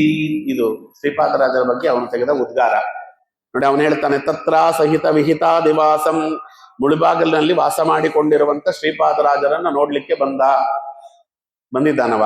ಅವರು ನರಸಿಂಹ ತೀರ್ಥದ ಬಳಿಯಲ್ಲಿ ಅವ್ರಿಗೆಲ್ಲ ರಾಜವೈಭವ ಅಲ್ಲ, ಅವ್ರು ಎಲ್ಲಿದ್ರು ರಾಜರ ಹೆಸರಿಗೆ ತಕ್ಕಂತೆ ಶ್ರೀಪಾದರಾಜರು. ಅಭ್ಯಂಜನ ಸ್ನಾನ, ಮುತ್ತಿನ ಕವಚ, ಮೇಲ್ತುಗಾಯಿ, ಎತ್ತಿ ಕಟ್ಟಿದ ಕರ್ಣ ಕವಚ ಅಂತೆಲ್ಲ ಹೇಳ್ತೀವಲ್ಲ, ಆ ತರ ಅಭ್ಯಂಜನ ಯಾವುದು ಸನ್ಯಾಸಿಗಳಿಗೆ ವಿಹಿತ ಅಲ್ಲ ಅಂತ ಶಾಸ್ತ್ರ ಹೇಳಿದೆಯೋ, ಇವ್ರು ಒಂಥರ VIP ಟ್ರೀಟ್ಮೆಂಟ್. ಇವರಿಗೆ ಭಗವಂತ ಎಲ್ಲವನ್ನ ಅವ್ರ ಕೈಲಿ ಮಾಡಿಸಿಬಿಟ್ಟ. ಅಲ್ಲಿ ಕೂತಿದ್ರಂತೆ ನರಸಿಂಹ ತೀರ್ಥದ ಬಳಿಯಲ್ಲಿ. ಅವಾಗ ಇವನನ್ನ ಬಂದು ನೋಡ್ತಾನೆ. ಹೆಂಗ್ ಕಾಣಿಸಿದ್ರು ಅಂದ್ರೆ, ಸನಕಂ ಇವ ಮಹರ್ಷಿಭಿಹಿ, ಮೊದಲಲ್ಲಿಂದ ಪ್ರಾರಂಭ. ಸನಕ ಸನಂದನ ಸನತ್ಕುಮಾರ ಸನತ್ ಸುಜಾತರು ಹೇಗಿರ್ತಾರೆ ಅಂತ ನನಗೆ ಗೊತ್ತಿರ್ಲಿಲ್ಲ. ಶ್ರೀಪಾದರಾಜರನ್ನು ನೋಡಿದ ಮೇಲೆ ನನಗೆ ಅವ್ರು ಹೇಗಿರ್ಬೋದು ಅನ್ನುವಂತಹ ಒಂದು ಭಾವ ಬಂತು ಅಂತಾನೆ. ಮೊದಲನೇದು. ಎರಡನೇದು, ಬ್ರಹ್ಮಾವಾದಿಭಿಹಿ ಅಂತೆ ವಾಸಿಭಿಹಿ ಉಪಾಸ್ಯಮಾನಂ. ಶ್ರೀಪಾದರಾಜರು ಕೂತಿದ್ರೆ ಸುತ್ತ 1000 ಜನ ಕೂತಿರೋರಂತೆ. ಬ್ರಹ್ಮಜ್ಞಾನವನ್ನ ಉಪಾಸನೆ ಮಾಡುವ ಬ್ರಹ್ಮ ಜಿಜ್ಞಾಸುಗಳು ಕೂತಿರೋರು. 64 ವಿದ್ಯೆಯಲ್ಲಿ ನಿಷ್ಣಾತವಾದಂತ ಪಾಂಡಿತ್ಯ ಶ್ರೀಪಾದರಾಜರು, ಸಾಮಾನ್ಯರಲ್ಲ. 64 ವಿದ್ಯೆಯಲ್ಲಿ ಅವರವರಿಗೆ ಬಂದಂತ ಅನುಮಾನಗಳನ್ನ ಶಿಷ್ಯರಾದವರು ಕೇಳ್ತಾ ಇದ್ರೆ ನೋಡಿ, ಇವರು ಸ್ನಾನ ಮಾಡ್ಲಿಕ್ಕೆ ಅಂತಿರೋದಲ್ಲಿ 64 ಜನ ವಿದ್ಯಾರ್ಥಿಗಳಿಗೆ ಅವರಿಗೆ ಬಂದ ಆ ಸಂಶಯವನ್ನ ಆ ಕ್ಷಣದಲ್ಲಿ ಪರಿಹಾರ ಮಾಡ್ತಿದ್ರಂತ. ಅಂತಹ ದೊಡ್ಡ ವ್ಯಕ್ತಿತ್ವ. ವ್ಯಾಸರಾಜರಿಗೆ 12 ವರ್ಷ ಪಾಠ ಹೇಳುವುದು ಅಂದ್ರೆ ಸಾಮಾನ್ಯ ಮಾತಲ್ಲ ಅದು. ಎಂತ ವ್ಯಾಸರಾಜರು, ಅವ್ರಿಗೆ 12 ವರ್ಷ ಪಾಠ ಹೇಳುವುದು ಅಂದ್ರೆ ಶ್ರೀಪಾದರಾಜರ ವ್ಯಕ್ತಿತ್ವ ಹೇಗಿದೆ ನೋಡ್ಕೊಳ್ರಿ. ಯಾರು ಯಾವಾಗ ಏನು ಕೇಳಿದ್ರು ಪುಸ್ತಕ ನೋಡಿ ಹೇಳ್ತೇನೆ ಇಲ್ವೇ ಇಲ್ಲ, ಮಸ್ತಕ, ಎಲ್ಲವೂ ಮಸ್ತಕದಲ್ಲಿ ಇದೆ. ಅದು ಎಲ್ಲ ದೂರದಿಂದ ಕೂತವರೆಲ್ಲರೂ ಕೂಡ ಶಿಷ್ಯರೆಲ್ಲ ಪ್ರಶ್ನೆ ಕೇಳ್ತಿದ್ರೆ ಎಲ್ಲರಿಗೂ ಕೂಡ ಗಂಗಾ ಪ್ರವಾಹದಂತೆ ಉತ್ತರ ಕೊಡ್ತಿದ್ರಂತೆ. ಯಾರಾದ್ರೂ ವಿರೋಧಿಗಳು ಬಂದ್ರೆ ವಾದ ಮಾಡಬೇಕು ಅಂದ್ರೆ ಶ್ರೀಪಾದರಾಜರು ಸ್ವಲ್ಪ ಸೌಮ್ಯ ಸ್ವಭಾವದವರು. ಅವ್ರು ಹಾಗೆಲ್ಲ ಯಾರ ಮೇಲೆ ಕೋಪ ಮಾಡುವುದು ಹಂಗೆಲ್ಲ ಇಲ್ಲ. ಅವರ ಸೌಮ್ಯ ಸ್ವಭಾವವನ್ನ ಅಪಾರ್ಥ ಮಾಡಿಕೊಂಡಂತ ವಾದಿಗಳು ಇವರನ್ನ ಸೋಲಿಸ್ಬಿಡ್ಬೋದು ನೋಡೋಣ ಅಂತ ಬಂದ್ರೆ ನೋಡಿ, ಅವನ ಟೋನ್ ಬದಲಾಗಿ ಬಿಡ್ತದೆ. ಈಗ ಸೋಮನಾಥ್ ಕವಿದು ಪ್ರತಿ ವಿಬುಧ ವಿಟಪಿ ಪಾಟನ ಕ್ರೀಡನ ಕಠೋರ ಕುಠಾರ ಧಾರಯಾಮಾಣ ವಾಗ್ಗುಂಭಂ ಹರಿದಂತರ ವಿಸರ್ಪಿ ಯಶಃ ಕಾಶಾವನ ಪ್ರವರ್ತಿತ ಶಾಶ್ವತ ಸಮಯ ಶರತ್ ಸಮಯಾವತಾರಂ. ನೋಡಿ ಅದರ ಪದ ಬಳಕೆ ನೋಡ್ರಿ. ಪ್ರದಿ ವಿಭೂದ ವಿಟಪಿ ಪಾಟನ ಕ್ರೀಡನ ಕಠೋರ ಕುಠಾರ ಧಾರಯ ಮಾಣ ವಾಗ್ಗುಂಬಂ. ಎದುರುಗಡೆ ಇರುವಂತ ವಿದ್ವಾಂಸರು ಅನ್ನುವವರು ಯಾರಿದ್ದಾರಲ್ಲ, ಅವ್ರು ಯಾರು ವಾದಕ್ಕೆ ಬರುವವರು, ಅವರು ಬೇರು ಭದ್ರವಾದ ಮರ ಅಂತ ಅವರನ್ನ ಪರಿಕಲ್ಪನೆ ಮಾಡಿದರೆ, ಆ ಮರವನ್ನ ತುಂಡು ತುಂಡು ಮಾಡುವಂತಹ ಕೊಡಲಿಗೆ ಆಶ್ರಯ ಕೊಟ್ಟಂತಹ ಆ ಕೋಲು, ಶ್ರೀಪಾದರಾಜರ ಮಾತುಗಳು ಅಂದ್ರೆ ಕೊಡಲಿ. ಆ ಕೊಡಲಿಗೆ ಮರ ಯಾವ್ದು ಆಶ್ರಯ ಕೊಟ್ಟಿರ್ತದೆ, ಆ ಮರ ಇದೆಯಲ್ಲ ಅದು ಶ್ರೀಪಾದರಾಜರ ಕರ. ಅವರು ಶ್ರೀಪಾದರಾಜರ ಬಾಯಿಂದ ಬರುವಂತ ಒಂದೊಂದು ತೀಕ್ಷ್ಣವಾದ ಮಾತುಗಳು ಕೊಡಲಿಯ ರೂಪದಲ್ಲಿ ಆ ಪರವಾದಿ ಎನ್ನುವಂತಹ ಯಾರಿದ್ದಾನೆ ವಿದ್ವಾಂಸ, ಅವನನ್ನ ತುಂಡು ತುಂಡು ಮಾಡಿಬಿಡ್ತಿತ್ತು ಅಂತ. ಅವರ ಎದುರುಗಡೆ ನಿಲ್ಲಿಕ್ಕೆ ಆಗ್ತಿರ್ಲಿಲ್ವಂತೆ. ಹಂಗೆ 10 ದಿಕ್ಕುಗಳಿಂದ ಬರೋರಂತೆ ಶ್ರೀಪಾದರಾಜರ ಬಳಿಯಲ್ಲಿ ವಿದ್ಯೆ ಕಲಿಯಲಿಕ್ಕೆ ಮತ್ತೆ ಅವರ ಜೊತೆಯಲ್ಲಿ ವಾದ ಮಾಡಲಿಕ್ಕೆ. ಹರಿದಂತರ ವಿಸರ್ಪಿ ಯಶಃ ಕಾಶಾವನ ಪ್ರವರ್ತಿತ ಶಾಶ್ವತ ಶರತ್ ಸಮಯಾವತಾರಂ. 10 ದಿಕ್ಕುಗಳಲ್ಲಿ ಅವರ ಕೀರ್ತಿ ಎಷ್ಟರ ಮಟ್ಟಿಗೆ ಪಸರಿಸಿತ್ತು ಅಂತ ಕೇಳಿದ್ರೆ, 10 ದಿಕ್ಕುಗಳಿಂದ 8 ದಿಕ್ಕಲ್ವ ಇರೋದು, 10 ಅಂತಾನೆ. ಅಂದ್ರೆ ಪಾತಾಳದಿಂದ ಆಕಾಶದಿಂದಲೂ ಬರ್ತಿದ್ರು ಅಂತ. ಕಣ್ಣಿಗೆ ಕಾಣುವಂತೆ 8 ದಿಕ್ಕು, ಕಾಣದೇ ಇದ್ದಂತೆ 2 ದಿಕ್ಕಿನಿಂದ ಬರೋರಂತೆ ಜಿಜ್ಞಾಸುಗಳು ಶ್ರೀಪಾದರಾಜರ ಬಳಿಯಲ್ಲಿ ಅವರು ತಾವು ತಮ್ಮ ಜಿಜ್ಞಾಸೆಗಳನ್ನ ಪರಿಹಾರ ಮಾಡಿಕೊಂಡು ವಿದ್ಯೆ ಕಲಿಬೇಕು ಅಂತ. ಯಾರು ಶ್ರೀಪಾದರಾಜರು ಅನ್ನೋದು ಒಂದೇ ಒಂದು ಮಾತು ಹೇಳ್ತಾನೆ. ಮಧ್ವಮು ನಿರಹಸಸ್ಯ ನಿಕ್ಷೇಪ ಭಾಜನಂ ಇವ. ಶ್ರೀಮದ್ ಆಚಾರ್ಯರ ಸಿದ್ಧಾಂತ ಅನ್ನುವುದನ್ನೇನಾದ್ರೂ ನಿಧಿಗೆ ನೀವು ಹೋಲಿಸಿದ್ರೆ, ಆ ನಿಧಿ ಯಾರು ಅಂದ್ರೆ ಶ್ರೀಪಾದರಾಜರು ಅಂತ. ಇದಕ್ಕಿನ್ನ ಶ್ರೀಪಾದರಾಜರನ್ನ ಇನ್ನು ಯಾವ ರೀತಿಯಲ್ಲಿ ಹೊಗಳಬೇಕಾದ ಅವಶ್ಯಕತೆ ಇಲ್ಲ. ಶ್ರೀಮದ್ ಆಚಾರ್ಯರ ಸಿದ್ಧಾಂತ ಅನ್ನುವ ನಿಧಿ ಇದ್ರೆ ಲೋಕದಲ್ಲಿ, ಆ ನಿಧಿ ಹೆಂಗಿರ್ತದೆ, ಶ್ರೀಪಾದರಾಜರಂದು ಇದ್ದಂಗಿರುತ್ತೆ. ಧೈರ್ಯಸ್ಯ ಸಾಕ್ಷಾತ್ಕಾರಮಿವ. ಲೋಕದಲ್ಲಿ ಧೈರ್ಯ ಅನ್ನುವುದಕ್ಕೆ ಏನಾದ್ರೂ ಮನುಷ್ಯ ರೂಪ ಬಂದ್ರೆ, ಆ ಧೈರ್ಯ ಹೇಗ್ ಕಾಣುತ್ತದೆ, ಶ್ರೀಪಾದರಾಜರ ಕಣ್ಣಂಗೆ ಕಾಣುತ್ತೆ. ಧೈರ್ಯ ಮೂರ್ತಿವೆತ್ತಾದ ರೂಪ. ಆಮೇಲೆ ಸದ್ಗುಣ ಗ್ರಾಮಸ್ಯ. ಎಲ್ಲ ಗುಣಗಳು ಲೋಕದಲ್ಲಿ ಕಲ್ಯಾಣ ಗುಣಗಳು ಅಂತ ಏನಿವೆ, ಆ ಗುಣಗಳೆಲ್ಲ ಯಾವುದಾದ್ರೂ ಒಂದು ಕಡೆ ಬಂದು ಸೇರಬೇಕು ಅಂತ ಅಪೇಕ್ಷೆ ಪಟ್ರೆ, ತವರು ಮನೆ ಮಾಡ್ಕೋಬೇಕು ಅಂತ ಅಪೇಕ್ಷೆ ಪಟ್ರೆ, ಆ ಎಲ್ಲ ಗುಣಗಳಿಗೆ ತವರು ಮನೆ ಯಾರು ಅಂದ್ರೆ ಶ್ರೀಪಾದರಾಜರು ಅಂತ. ಅವೆಲ್ಲ ಗುಣಗಳು ಬಂದು ಶ್ರೀಪಾದರಾಜರ ನೆಲೆ ನಿಲ್ತಿತ್ತು. ಅದಕ್ಕೆ ಬಿರುದ ಪದ್ಯಂ ನಿವ. ಬಿರುದಿದೆಯಲ್ಲ, ಬಿರುದುಗಳು ಕೊಡೋರಲ್ಲ ಅವಾಗೆಲ್ಲ. ಆ ಬಿರುದುಗಳು ಕೊಡುವಾಗ ಕೇಳೋರು, ಶ್ರೀಪಾದರಾಜರಿಗೆ ಬಿರುದು ಕೊಟ್ಟಿದ್ದೀರಾ ಅಂತ ಕೇಳೋರಂತೆ ಜನ. ಯಾವ ಬಿರುದಾದ್ರೂ ಮೊದಲು ಶ್ರೀಪಾದರಾಜರನ್ನ ಮುಟ್ಟಿಯೇ ಮುಂದಕ್ಕೆ ಹೋಗಬೇಕು ಅಂತ. ಶ್ರೀಪಾದರಾಜರ ಕೊಡದೇ ಇದ್ದ ಬಿರುದು ನಮಗೆ ಬೇಡ ಅಂತ ಜನ ನಿರಾಕರಣೆ ಮಾಡೋರು ಅಂತ. ಶ್ರೀಪಾದರಾಜರಿಗೆ ಆ ಬಿರುದು ಕೊಟ್ಟಿದ್ದಾರೆ ಅಂದ್ರೆ ಬಿರುದಿಗೆ ಒಂದು ಪ್ರಾಮುಖ್ಯತೆ, ಪಾವಿತ್ರತೆ ಬಂದಿದೆ. ಎಲ್ಲ ಬಿರುದುಗಳು ಬಂದು ಸೇರಿದ್ದು ಶ್ರೀಪಾದರಾಜರಲ್ಲಿ. ಗಾಂಭೀರ್ಯ ಮದಾಲಸ್ಯ. ಅವ್ರು 2 ಹಾವಿಗೆಗಳನ್ನು ಹಾಕೊಂಡು ಚುಟು ಚುಟು ಚುಟು ಅಂತ ಶಬ್ದ ಮಾಡ್ತಿತ್ತಂತೆ. ಗಂಭೀರವಾಗಿರ್ತಕ್ಕಂತಹ ಒಂದು ಆನೆ ಈ ದೇವಸ್ಥಾನದಲ್ಲಿ ಉತ್ಸವವನ್ನ ಮಾಡುವಂತಹ ಭಗವಂತನನ್ನ ತನ್ನ ಹೆಗಲ ಮೇಲೆ ಹೊತ್ತು ತಿರುಗುವಂತ ಗಂಭೀರ ಅದು ಮೂರ್ತಿವೆತ್ತಂತ ಒಂದು ಆನೆ ಬಂದ್ರೆ ಹೇಗಿರ್ತದೆ, ಶ್ರೀಪಾದರಾಜರನ್ನು ನೋಡಿದ್ರೆ ಹಾಗೆ ಕಾಣಿಸೋದಂತೆ. ಗಂಭೀರವಾಗಿ ಚಲಿಸುವಂತ ಭಗವಂತನ ಅಂಬಾರಿಯನ್ನ ಹೊತ್ತಂತಹ ಒಂದು ಆನೆಯಂತೆ ಅವರು ಚಲಿಸ್ತಿದ್ರು ಅಂತ. ಅದಾದ ಮೇಲೆ ಆಲ ನಮ್ಮಿವ. ಅಯೋಗ್ಯರು ಅನ್ನುವಂತಹ ಆನೆಗಳು ಬಂದ್ರೆ ಅದಕ್ಕೆ ಅಂಕುಶದಂತಿದ್ರು ಅಂತಾರೆ. ಮಹಾತ್ಮಾನಂ. ನನಗೆ ಇನ್ನೇನು ಹೇಳಲಿಕ್ಕೆ ಗೊತ್ತಾಗಲ್ಲಪ್ಪ. ಅದಕ್ಕೆ ಸಕೃತ್ ಆಕರ್ಣಿತ ನಿಜಾಗಮನ ಪ್ರಸಂಗ ಪುಲಕಿತ ಮಾನಸಂ. ಸಹಜವಾಗಿ ಅವನು ಹೇಳ್ತಾನೆ ಏನಂದ್ರೆ, ನೀವು ಕೇಳಿರ್ತೀರಿ ಸುದ್ದಿಗಳು ನೀವೆಲ್ಲ ಕೇಳಿ, ಆ ಸುದ್ದಿಗಳನ್ನ ನಿಜ ಹೋದೋ ಇಲ್ಲೋ ಅಂತ ಪರೀಕ್ಷೆ ಮಾಡ್ಕೊಳ್ಲಿಕ್ಕೆ ಹೋದಾಗ ನಿರಾಸೆ ಆಗುವುದೇ ಜಾಸ್ತಿ. ಯಾವುದೋ ಮಠದಲ್ಲಿ ಊಟ ಚೆನ್ನಾಗಿದೆಯಂತೆ ಆಚಾರ್ಯ ಅಂತ ಕಿವಿಗೆ ಬಿದ್ದಿರ್ತದೆ. ಹೆಂಗಿದೆ ಊಟ ನೋಡೋಣ ಅಂತ ಆ ಮಠದಲ್ಲಿ ಒಂದು ಹಸ್ತೋದಕ ಬರೆಸಿ ಹೋಗ್ತಾನೆ ಊಟಕ್ಕೆ. ಬೇಜಾರಾಗಿ ಬಿಡ್ತದೆ. ನಾನು ಏನೇನೋ ಹೇಳ್ಬಿಟ್ರೆ ಆಚಾರ್ಯ, ಅವರೆಲ್ಲ ಹೊಗಳದಷ್ಟು ಚೆನ್ನಾಗಿಲ್ಲ ಊಟ, ನಮ್ಮ ಮಠನೇ ವಾಸಿ ಇದ್ದಿದ್ರಲ್ಲಿ ಅಂತ ವಾಪಸ್ ಬಂದ್ಬಿಡ್ತಾನೆ. ಯಾವುದೋ ಅಷ್ಟೇ ಆಚಾರ ಉಪನ್ಯಾಸ ಚೆನ್ನಾಗಿರುತ್ತಂತೆ. ಕೇಳಿದ ಮೇಲೆ ನಾವ್ ಅನ್ಕೊಂಡಷ್ಟೇನ್ ಚೆನ್ನಾಗಿಲ್ಲ ಬಿಡಿ ಆಚಾರ್ಯ, ನಾವೇನೋ ಅನ್ಕೊಂಡ್ಬಿಟ್ಟಿದ್ವಿ ಅಂತ. ಸಹಜವಾಗಿ ಲೋಕದಲ್ಲಿ ಏನು ಅಂದ್ರೆ ನಾವು ಅಂದುಕೊಂಡಂತೆ ಇರುವುದಿಲ್ಲ ಅಂತ. ನಾವು ಅಂದುಕೊಂಡಂತೆ ಲೋಕ ಇರುವುದಿಲ್ಲ, ನಾವು ಅಂದುಕೊಂಡಂತೆ ಲೋಕದಲ್ಲಿರುವಂತ ಜನ ಇರುವುದಿಲ್ಲ. ನಮಗೆ ಭ್ರಮ ನಿರಸನವಾಗುವುದೇ ಜಾಸ್ತಿ. ಸೋಮನಾಥ್ ಕವಿ ಹೇಳ್ತಾನೆ, ಶ್ರೀಪಾದರಾಜರನ್ನ ನೋಡುವುದಕ್ಕಿಂತ ಮುಂಚೆ ಅವರದೊಂದು ಚಿತ್ರಣ ಇತ್ತಲ್ಲ ತಲೆಯಲ್ಲಿ, ಆ ಚಿತ್ರಣ ನನ್ನ ತಲೆಯಲ್ಲಿ ಏನು ಮೂಡಿತ್ತು ಅದಕ್ಕಿಂತ 1,000,000 ಪಟ್ಟು ಹೆಚ್ಚಿದ್ದಾರೆ ಶ್ರೀಪಾದರಾಜರು ಅಂತ. ನಾನು ತುಂಬಾ ಕಮ್ಮಿ ತಿಳಿದಿದ್ದೆ ಅವರ ಬಗ್ಗೆ. ಈಗ ಅವರನ್ನ ನೋಡಿಬಿಟ್ಟ ಮೇಲೆ ನಾನು ಅಂದುಕೊಂಡಿದ್ದಕ್ಕಿಂತ 1,000,000 ಪಟ್ಟು ದೊಡ್ಡ ಸದ್ಗುಣ ಸಾಂದ್ರರು ಶ್ರೀಪಾದರಾಜರು. ಏನ್ ಮಾಡ್ಬೋದು ಅಂತ ಶ್ರೀಪಾದರಾಜ ಹತ್ರಕ್ಕೆ ಬಂದ್ರೆ ಅಂದ್ರೆ, ಲಕ್ಷ್ಮೀನಾರಾಯಣ ಯೋಗಿ ನಮ್ಮ ಸಾಧ್ಯ ಭಕ್ತ್ಯಾಂ ಪ್ರಾಣಂ ಸೀತ್. ದೀರ್ಘದಂಡ ನಮಸ್ಕಾರವನ್ನು ಮಾಡಬಹುದು, ಇನ್ನೇನ್ ಮಾಡ್ಲಿಕ್ಕೆ ಆಗ್ತದೆ ಅಂತ ಮುಕ್ತ ಕಂಠದಿಂದ ಸೋಮನಾಥ ಕವಿ ಶ್ರೀಪಾದರಾಜರನ್ನ ಹೊಗಳುತ್ತಾನೆ. ಅಂತಹ ಅದ್ಭುತವಾದ ವ್ಯಕ್ತಿತ್ವ ನಮ್ಮ ಶ್ರೀಪಾದರಾಜರದು. ಇವರದ್ದು ಹೇಳಬೇಕಾದ್ರೆ ಅದನ್ನ ಅವ್ರಿಗೂ ನೋಡಿ, ಆಗಿನ ಕಾಲದಲ್ಲಿ ಮಿಕ್ಕಿದ್ದೆಲ್ಲ ಒಟ್ಟಿಗೆ ಇರಲಿ, ಒತ್ತಟ್ಟಿಗಿರಲಿ. ಆಗಿನ ಕಾಲದಲ್ಲಿ ಶ್ರೀರಂಗದಲ್ಲಿ ವಿಶಿಷ್ಟಾದ್ವೈತಿಗಳ ಪಾರಮ್ಯ ಹೆಚ್ಚಾಗಿದ್ದ ಕಾಲದಲ್ಲಿ ಅವರೆಲ್ಲ ಅಲ್ಲಿ ತಿರುಪಾವೆಗಳು, ಪಾರ್ಷದಗಳು ಅವೆಲ್ಲವನ್ನ ಹೇಳ್ತಾ ಇದ್ರಲ್ಲ ಅವರು. ಅವರ ದಿವ್ಯ ಪ್ರಬಂಧ ಸ್ತೋತ್ರಗಳು ಅವೆಲ್ಲವನ್ನ ಹೇಳಿ ಭಗವಂತನಿಗೆ ಅರ್ಚನಾದಿಗಳನ್ನ ಮಾಡುವುದು ಅಂತ ನಡೆದಿದ್ದಂತಹ ಸಂದರ್ಭ. ಆದ್ರೆ ನಮ್ಮಲ್ಲಿ ಅದು ಯಾಕೋ ಗೊತ್ತಿಲ್ಲ. ನಮ್ಮಲ್ಲಿ ಏನಾಗಿತ್ತು ಅಂತ ಕೇಳಿದ್ರೆ ಕನ್ನಡದಲ್ಲಿ ಮಾತಾಡಬಾರದು ಅಂತ. ಅದೇನು ಇವತ್ತು ಜಗನ್ನಾಥದಾಸರ ಕಾಲದವರೆಗೂ ಅದಿದೆ. ಇವತ್ತಿಗೂ ಕೆಲವು ಪಂಡಿತರಲ್ಲಿ ಸ್ವಲ್ಪ ಅದಿದೆ. ಏನು ಅಂದ್ರೆ ಅದು ಯಾಕೋ ಗೊತ್ತಿಲ್ಲ, ನಮ್ಮ ದೇವರಿಗೆ ಕನ್ನಡ ಅರ್ಥ ಆಗಲ್ಲ ಅನ್ನೋ ತಲೆಯಲ್ಲಿ ಅವರಿಗೆ ಸಂಸ್ಕೃತ ಬಿಟ್ಟು ನಮ್ಮ ದೇವರಿಗೆ ಬೇರೆ ಭಾಷೆ ಅರ್ಥವೇ ಆಗುವುದಿಲ್ಲ ಅನ್ನುವಂಥ ಭ್ರಮೆಗೆ ಒಳಗಾಗಿದ್ದಾರೆ ಪಂಡಿತರು. ಅದು ಯಾವ ಮಟ್ಟಿಗೆ ಅಂತ ಕೇಳಿದ್ರೆ, ಆಗಿನ ಕಾಲದಲ್ಲಿ ದೇವರ ಪೂಜೆಗೆ ಅಂತ ಯಾರು ಕೂತಿದ್ದಾಗ ಕನ್ನಡ ಮಾತಾಡಿಬಿಟ್ರೆ ಯಾರಾದರೂ ಅದನ್ನು ಕೇಳಿಸ್ಕೊಂಡ್ರೆ ಮೈಲಿಗೆ ಆಯ್ತು ಅಂತ ಎದ್ದೋಗಿ ಸ್ನಾನ ಮಾಡ್ಕೊಂಡು ಬರೋರಂತೆ. ನಮಗೆ ಎಚ್ಚರಿಕೆ ಇರಬೇಕು, ಕನ್ನಡ ನಮ್ಮ ಭಾಷೆ ಅಲ್ಲ, ನಮ್ಮ ಆಚಾರ್ಯರ ಭಾಷೆ. ಮಧ್ವಾಚಾರ್ಯರು ಕನ್ನಡಿಗರು. ಕನ್ನಡ ಅನ್ನುವುದು ನಮ್ಮ ಆಚಾರ್ಯರ ಭಾಷೆ, ಮುಖ್ಯ ಪ್ರಾಣ ದೇವರ ಭಾಷೆ. ಅದು ಭಗವಂತನಿಗೆ ಎಷ್ಟು ಪ್ರೀತಿ ಇರಬೇಕಲ್ಲ ಕನ್ನಡದ ಮೇಲೆ. ಅದಕ್ಕೆ ಇವರು ಅವಾಗ ಯೋಚನೆ ಮಾಡಿದ್ರಂತೆ. ಅವ್ರಿಗೆ ಯಾಕೆಂದ್ರೆ ಧ್ರುವರಾಜರಾಗಿದ್ದಾಗ ತಾಯಿಯಿಂದ ಉದ್ಧತರಾದವರವರು. ತಾಯಿಯಾದವಳು ಸುನೀತಿ ಆ ಸುರುಚಿ ಬೈದಿದ್ದಕ್ಕೆ ಅವ್ರ ಅವಮಾನವಾಯಿತು ಅಂತ ಬಂದ್ರಲ್ಲ, ಅವಾಗ ಅವಳು 4 ಮಾತು ಬೈದ್ ಬಿಟ್ಟಿದ್ದಿದ್ರೆ ನಮಗೆ ಧ್ರುವರಾಜರು ಸಿಕ್ತಿರ್ಲಿಲ್ಲ. ಹೌದಾ, ನಿಮ್ ಚಿಕ್ಕಮ್ಮ ಹಂಗಂದ್ಲ, ಅವಳ ಮನೆ ಹಾಳಾಗಿ ಹೋಗ್ಲಿ, ಅವಳ ಮನೆ ಎಕ್ಕುಟ್ಟೋಗ್ಲಿ, ಅವಳು ಬರ್ಬಾದಾಗೋಗ್ಲಿ, ಅವಳು ಆದಷ್ಟು ಬೇಗ ಸತ್ತೋಗ್ಲಿ ಅಂತ 4 ಮಾತು ಇವನ್ ಜೊತೆಗೆ ಸೇರ್ಕೊಂಡು ಅವಳು ಬೈದ್ ಬಿಟ್ಟಿದ್ರೆ ಧ್ರುವರಾಜರು ಸಿಕ್ತಿರ್ಲಿಲ್ಲ. ಎಂಥ ಮಾತು ಹೇಳಿದ್ಲು, ಅವಳು ನಿಜ ಹೇಳಿದ್ದಾಳಪ್ಪ, ಯಾಕೆ ಕೋಪ ಮಾಡ್ಕೋತಿ? ನಿನಗದು ಬೈಗುಳದಂತೆ ಕಂಡಿರಬಹುದು, ಅದು ಬೈಗುಳ ಅಲ್ಲ. ನಿನ್ನನ್ನ ದರಿದ್ರ ಅಂದಿದ್ದಾಳೆ. ಹೌದು, ನಾವು ದರಿದ್ರರೇ, ನಮಗೆ ಯಾರು ದಿಕ್ಕಿಲ್ಲ ಅಂದಿದ್ದಾರೆ. ಭಗವಂತನನ್ನ ಬಿಟ್ಟು ನಮಗೆ ಯಾರು ದಿಕ್ಕಿಲ್ಲ. ಒಂದು ಒಳ್ಳೆ ಮಾತು ಹೇಳಿದ್ದಾಳೆ ಅವಳು, ಆರಾಧಯ ಅದೋಕ್ಷಜ ಪಾದಪದ್ಮಂ. ಭಗವಂತನ ಪಾದಪದ್ಮಗಳನ್ನ ಆರಾಧನೆ ಮಾಡು ಅಂತ ಹೇಳಿದ್ದಾಳೆ. ಅದನ್ನು ತೆಗೆದುಕೋ, ಹೋಗು ಕಾಡಿಗೆ, ಭಗವಂತನನ್ನ ಕುರಿತು ಚೆನ್ನಾಗಿ ಆರಾಧನೆ ಮಾಡಿಕೊಂಡು ದೇವರನ್ನ ಕಂಡು ವಾಪಸ್ಸು ಬಾ, ಅಲ್ಲಿವರೆಗೂ ವಾಪಸ್ ಬರಬೇಡ.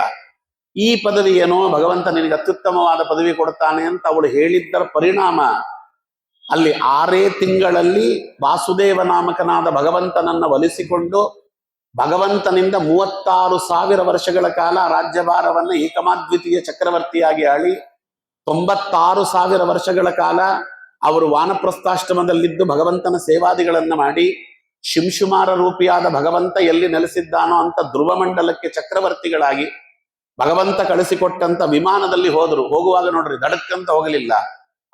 ಅವರು ಕರುಣಾಶಾಲಿಗಳು ಧ್ರುವರಾಜರು. ಅಂದ್ರೆ ಅವರು ವಾನಪ್ರಸ್ಥಾಶ್ರಮ ಮಾಡಿದಾಗ ಅವರಿಗೆ ಜ್ಞಾನೋಪದೇಶವನ್ನ ಮಾಡಿದಂತ ಋಷಿಗಳೆಲ್ಲ ಕೂತಿದ್ರಲ್ಲ, ಅವ್ರ ಹತ್ರಕ್ಕೆ ಹೋಗಿ ಎಲ್ಲರ ಬಳಿಯಲ್ಲಿ ನಮಸ್ಕಾರ ಮಾಡಿ, ನನಗೆ ವಿಮಾನ ಬಂದಿದೆ ವೈಕುಂಠದಿಂದ, ವಿಷ್ಣು ಪಾರ್ಷದರು ಕರ್ಕೊಂಡ್ಬಂದಿದ್ದಾರೆ, ನಾನು ಹೋಗಬಹುದೇ ಅಂತ ಅವ್ರ ಬಳಿಯಲ್ಲಿ ಎಲ್ಲರೂ ಕೂಡ ಅವರಿಂದ ಅಪ್ಪಣೆಯನ್ನ ಪಡೆದುಕೊಂಡು, ನಮ್ಮಲ್ಲಿ ಎಲ್ಲ ಸರಿ ಇರ್ತದೆ. ಈಗ ಇವತ್ತು ಮುಳುಬಾಗಿಲಿಗೆ ಅಂತ ಎಷ್ಟೋ ಜನ ಗಾಡಿ ಮಾಡ್ಕೊಂಡು ಹೋಗಿದ್ದಾರೆ, ವೆಹಿಕಲ್ ಮಾಡ್ಕೊಂಡು ಹೋಗಿದ್ದಾರೆ. ಮೊದಲೆಲ್ಲ ವೇದಾಂತ ಮಾತಾಡ್ತಾ ಕೂತಿರ್ತಾರೆ.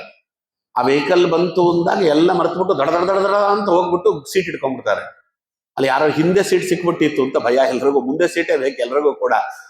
ಇದು ನಮ್ಮನೆ ಬರ. ವೆಹಿಕಲ್ ನೋಡಿದ ತಕ್ಷಣ ನಮ್ಮನ್ನೇ ನಾವು ಮರೆತು ಬಿಡ್ತೇವೆ. ವೈಕುಂಠದಿಂದ ವಿಮಾನ ಬಂದಿದೆ, ಎಲ್ಲಿಂದೋ ಅಲ್ಲ, ಧ್ರುವರಾಜರು ನಡ್ಕೊಂಡ ರೀತಿ. ಅದಾಗಿ ವೈಕುಂಠಕ್ಕೆ ವಿಮಾನವನ್ನ ಹತ್ತಿರಿ ಇಂದಾಗ ಧ್ರುವರಾಜರು ಹತ್ತಲ್ಲ ಅಂದ್ರು.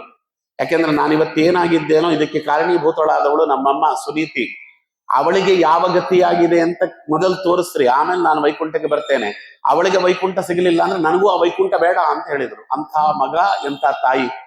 ಅವಾಗ ಪಾರ್ಷದರು ಹೇಳ್ತಾರೆ, ಅಲ್ಲೋ ಧ್ರುವ, ನಿನ್ನಂತ ಮಹಾತ್ಮನನ್ನ ಜಗತ್ತಿಗೆ ಕೊಟ್ಟ ಮೇಲೆ ಸುನೀತಿಗೆ ಒಳ್ಳೆ ಗತಿಯಾಗಿರುವುದಿಲ್ವಾ? ಅವಳು ನೋಡು ಎಲ್ಲೋಗ್ತಾ ಇದ್ದಾಳೆ ಅಂತ ತಲೆ ಎತ್ತಿ ಮೇಲೆ ನೋಡಿದ್ರೆ ಅವಳು ವಿಮಾನವನ್ನು ಹತ್ಕೊಂಡು ಹೋಗ್ತಿದ್ಲಂತೆ. ಅವಾಗ ಧ್ರುವರಾಜರು ತಾವು ವಿಮಾನವನ್ನೇರಿ ಅಲ್ಲಿ ಧ್ರುವಲೋಕಕ್ಕೆ ಹೋಗ್ತಾರೆ. ಇವತ್ತಿಗೂ ಮುಕ್ತಿಗೆ ಹೋಗುವವರು ಯಾರಿದ್ದಾರೆ, ಧ್ರುವಲೋಕಕ್ಕೆ ಹೋಗಿಯೇ ಬ್ರಹ್ಮಲೋಕಕ್ಕೆ ಹೋಗಬೇಕು. ಆ ರೀತಿಯಲ್ಲಿ ಭಗವಂತ ವ್ಯವಸ್ಥೆ ಮಾಡಿದ್ದಾನೆ. ಅಂತಹ ಅದ್ಭುತವಾದಂತಹ ಲೋಕ ಅದು.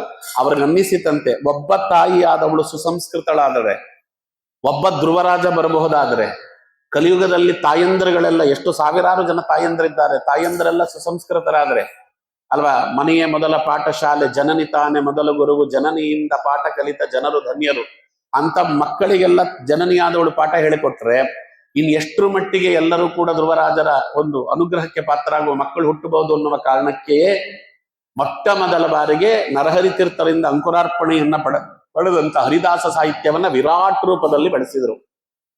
ನಾನು ಹೇಳಿದ್ದೇನೆ, ಅವತ್ತಿನ ಕಾಲದಲ್ಲಿ ಹರಿದಾಸರು ಅಂತ ಭಜನಾ ಮಂಡಳಿಯವರು ಎಲ್ಲಿದ್ದೀರಿ, ಹರಿದಾಸರುಗಳನ್ನ ಯಾವ ಮಟ್ಟಕ್ಕೆ ನೋಡ್ತಿದ್ರು ಅಂದ್ರೆ, ಒಬ್ಬ ಕವಿ ಹೇಳ್ತಾನೆ, ಪಾಂಡಿತ್ಯಹೀನ ಕವಯೋ ಭವಂತಿ.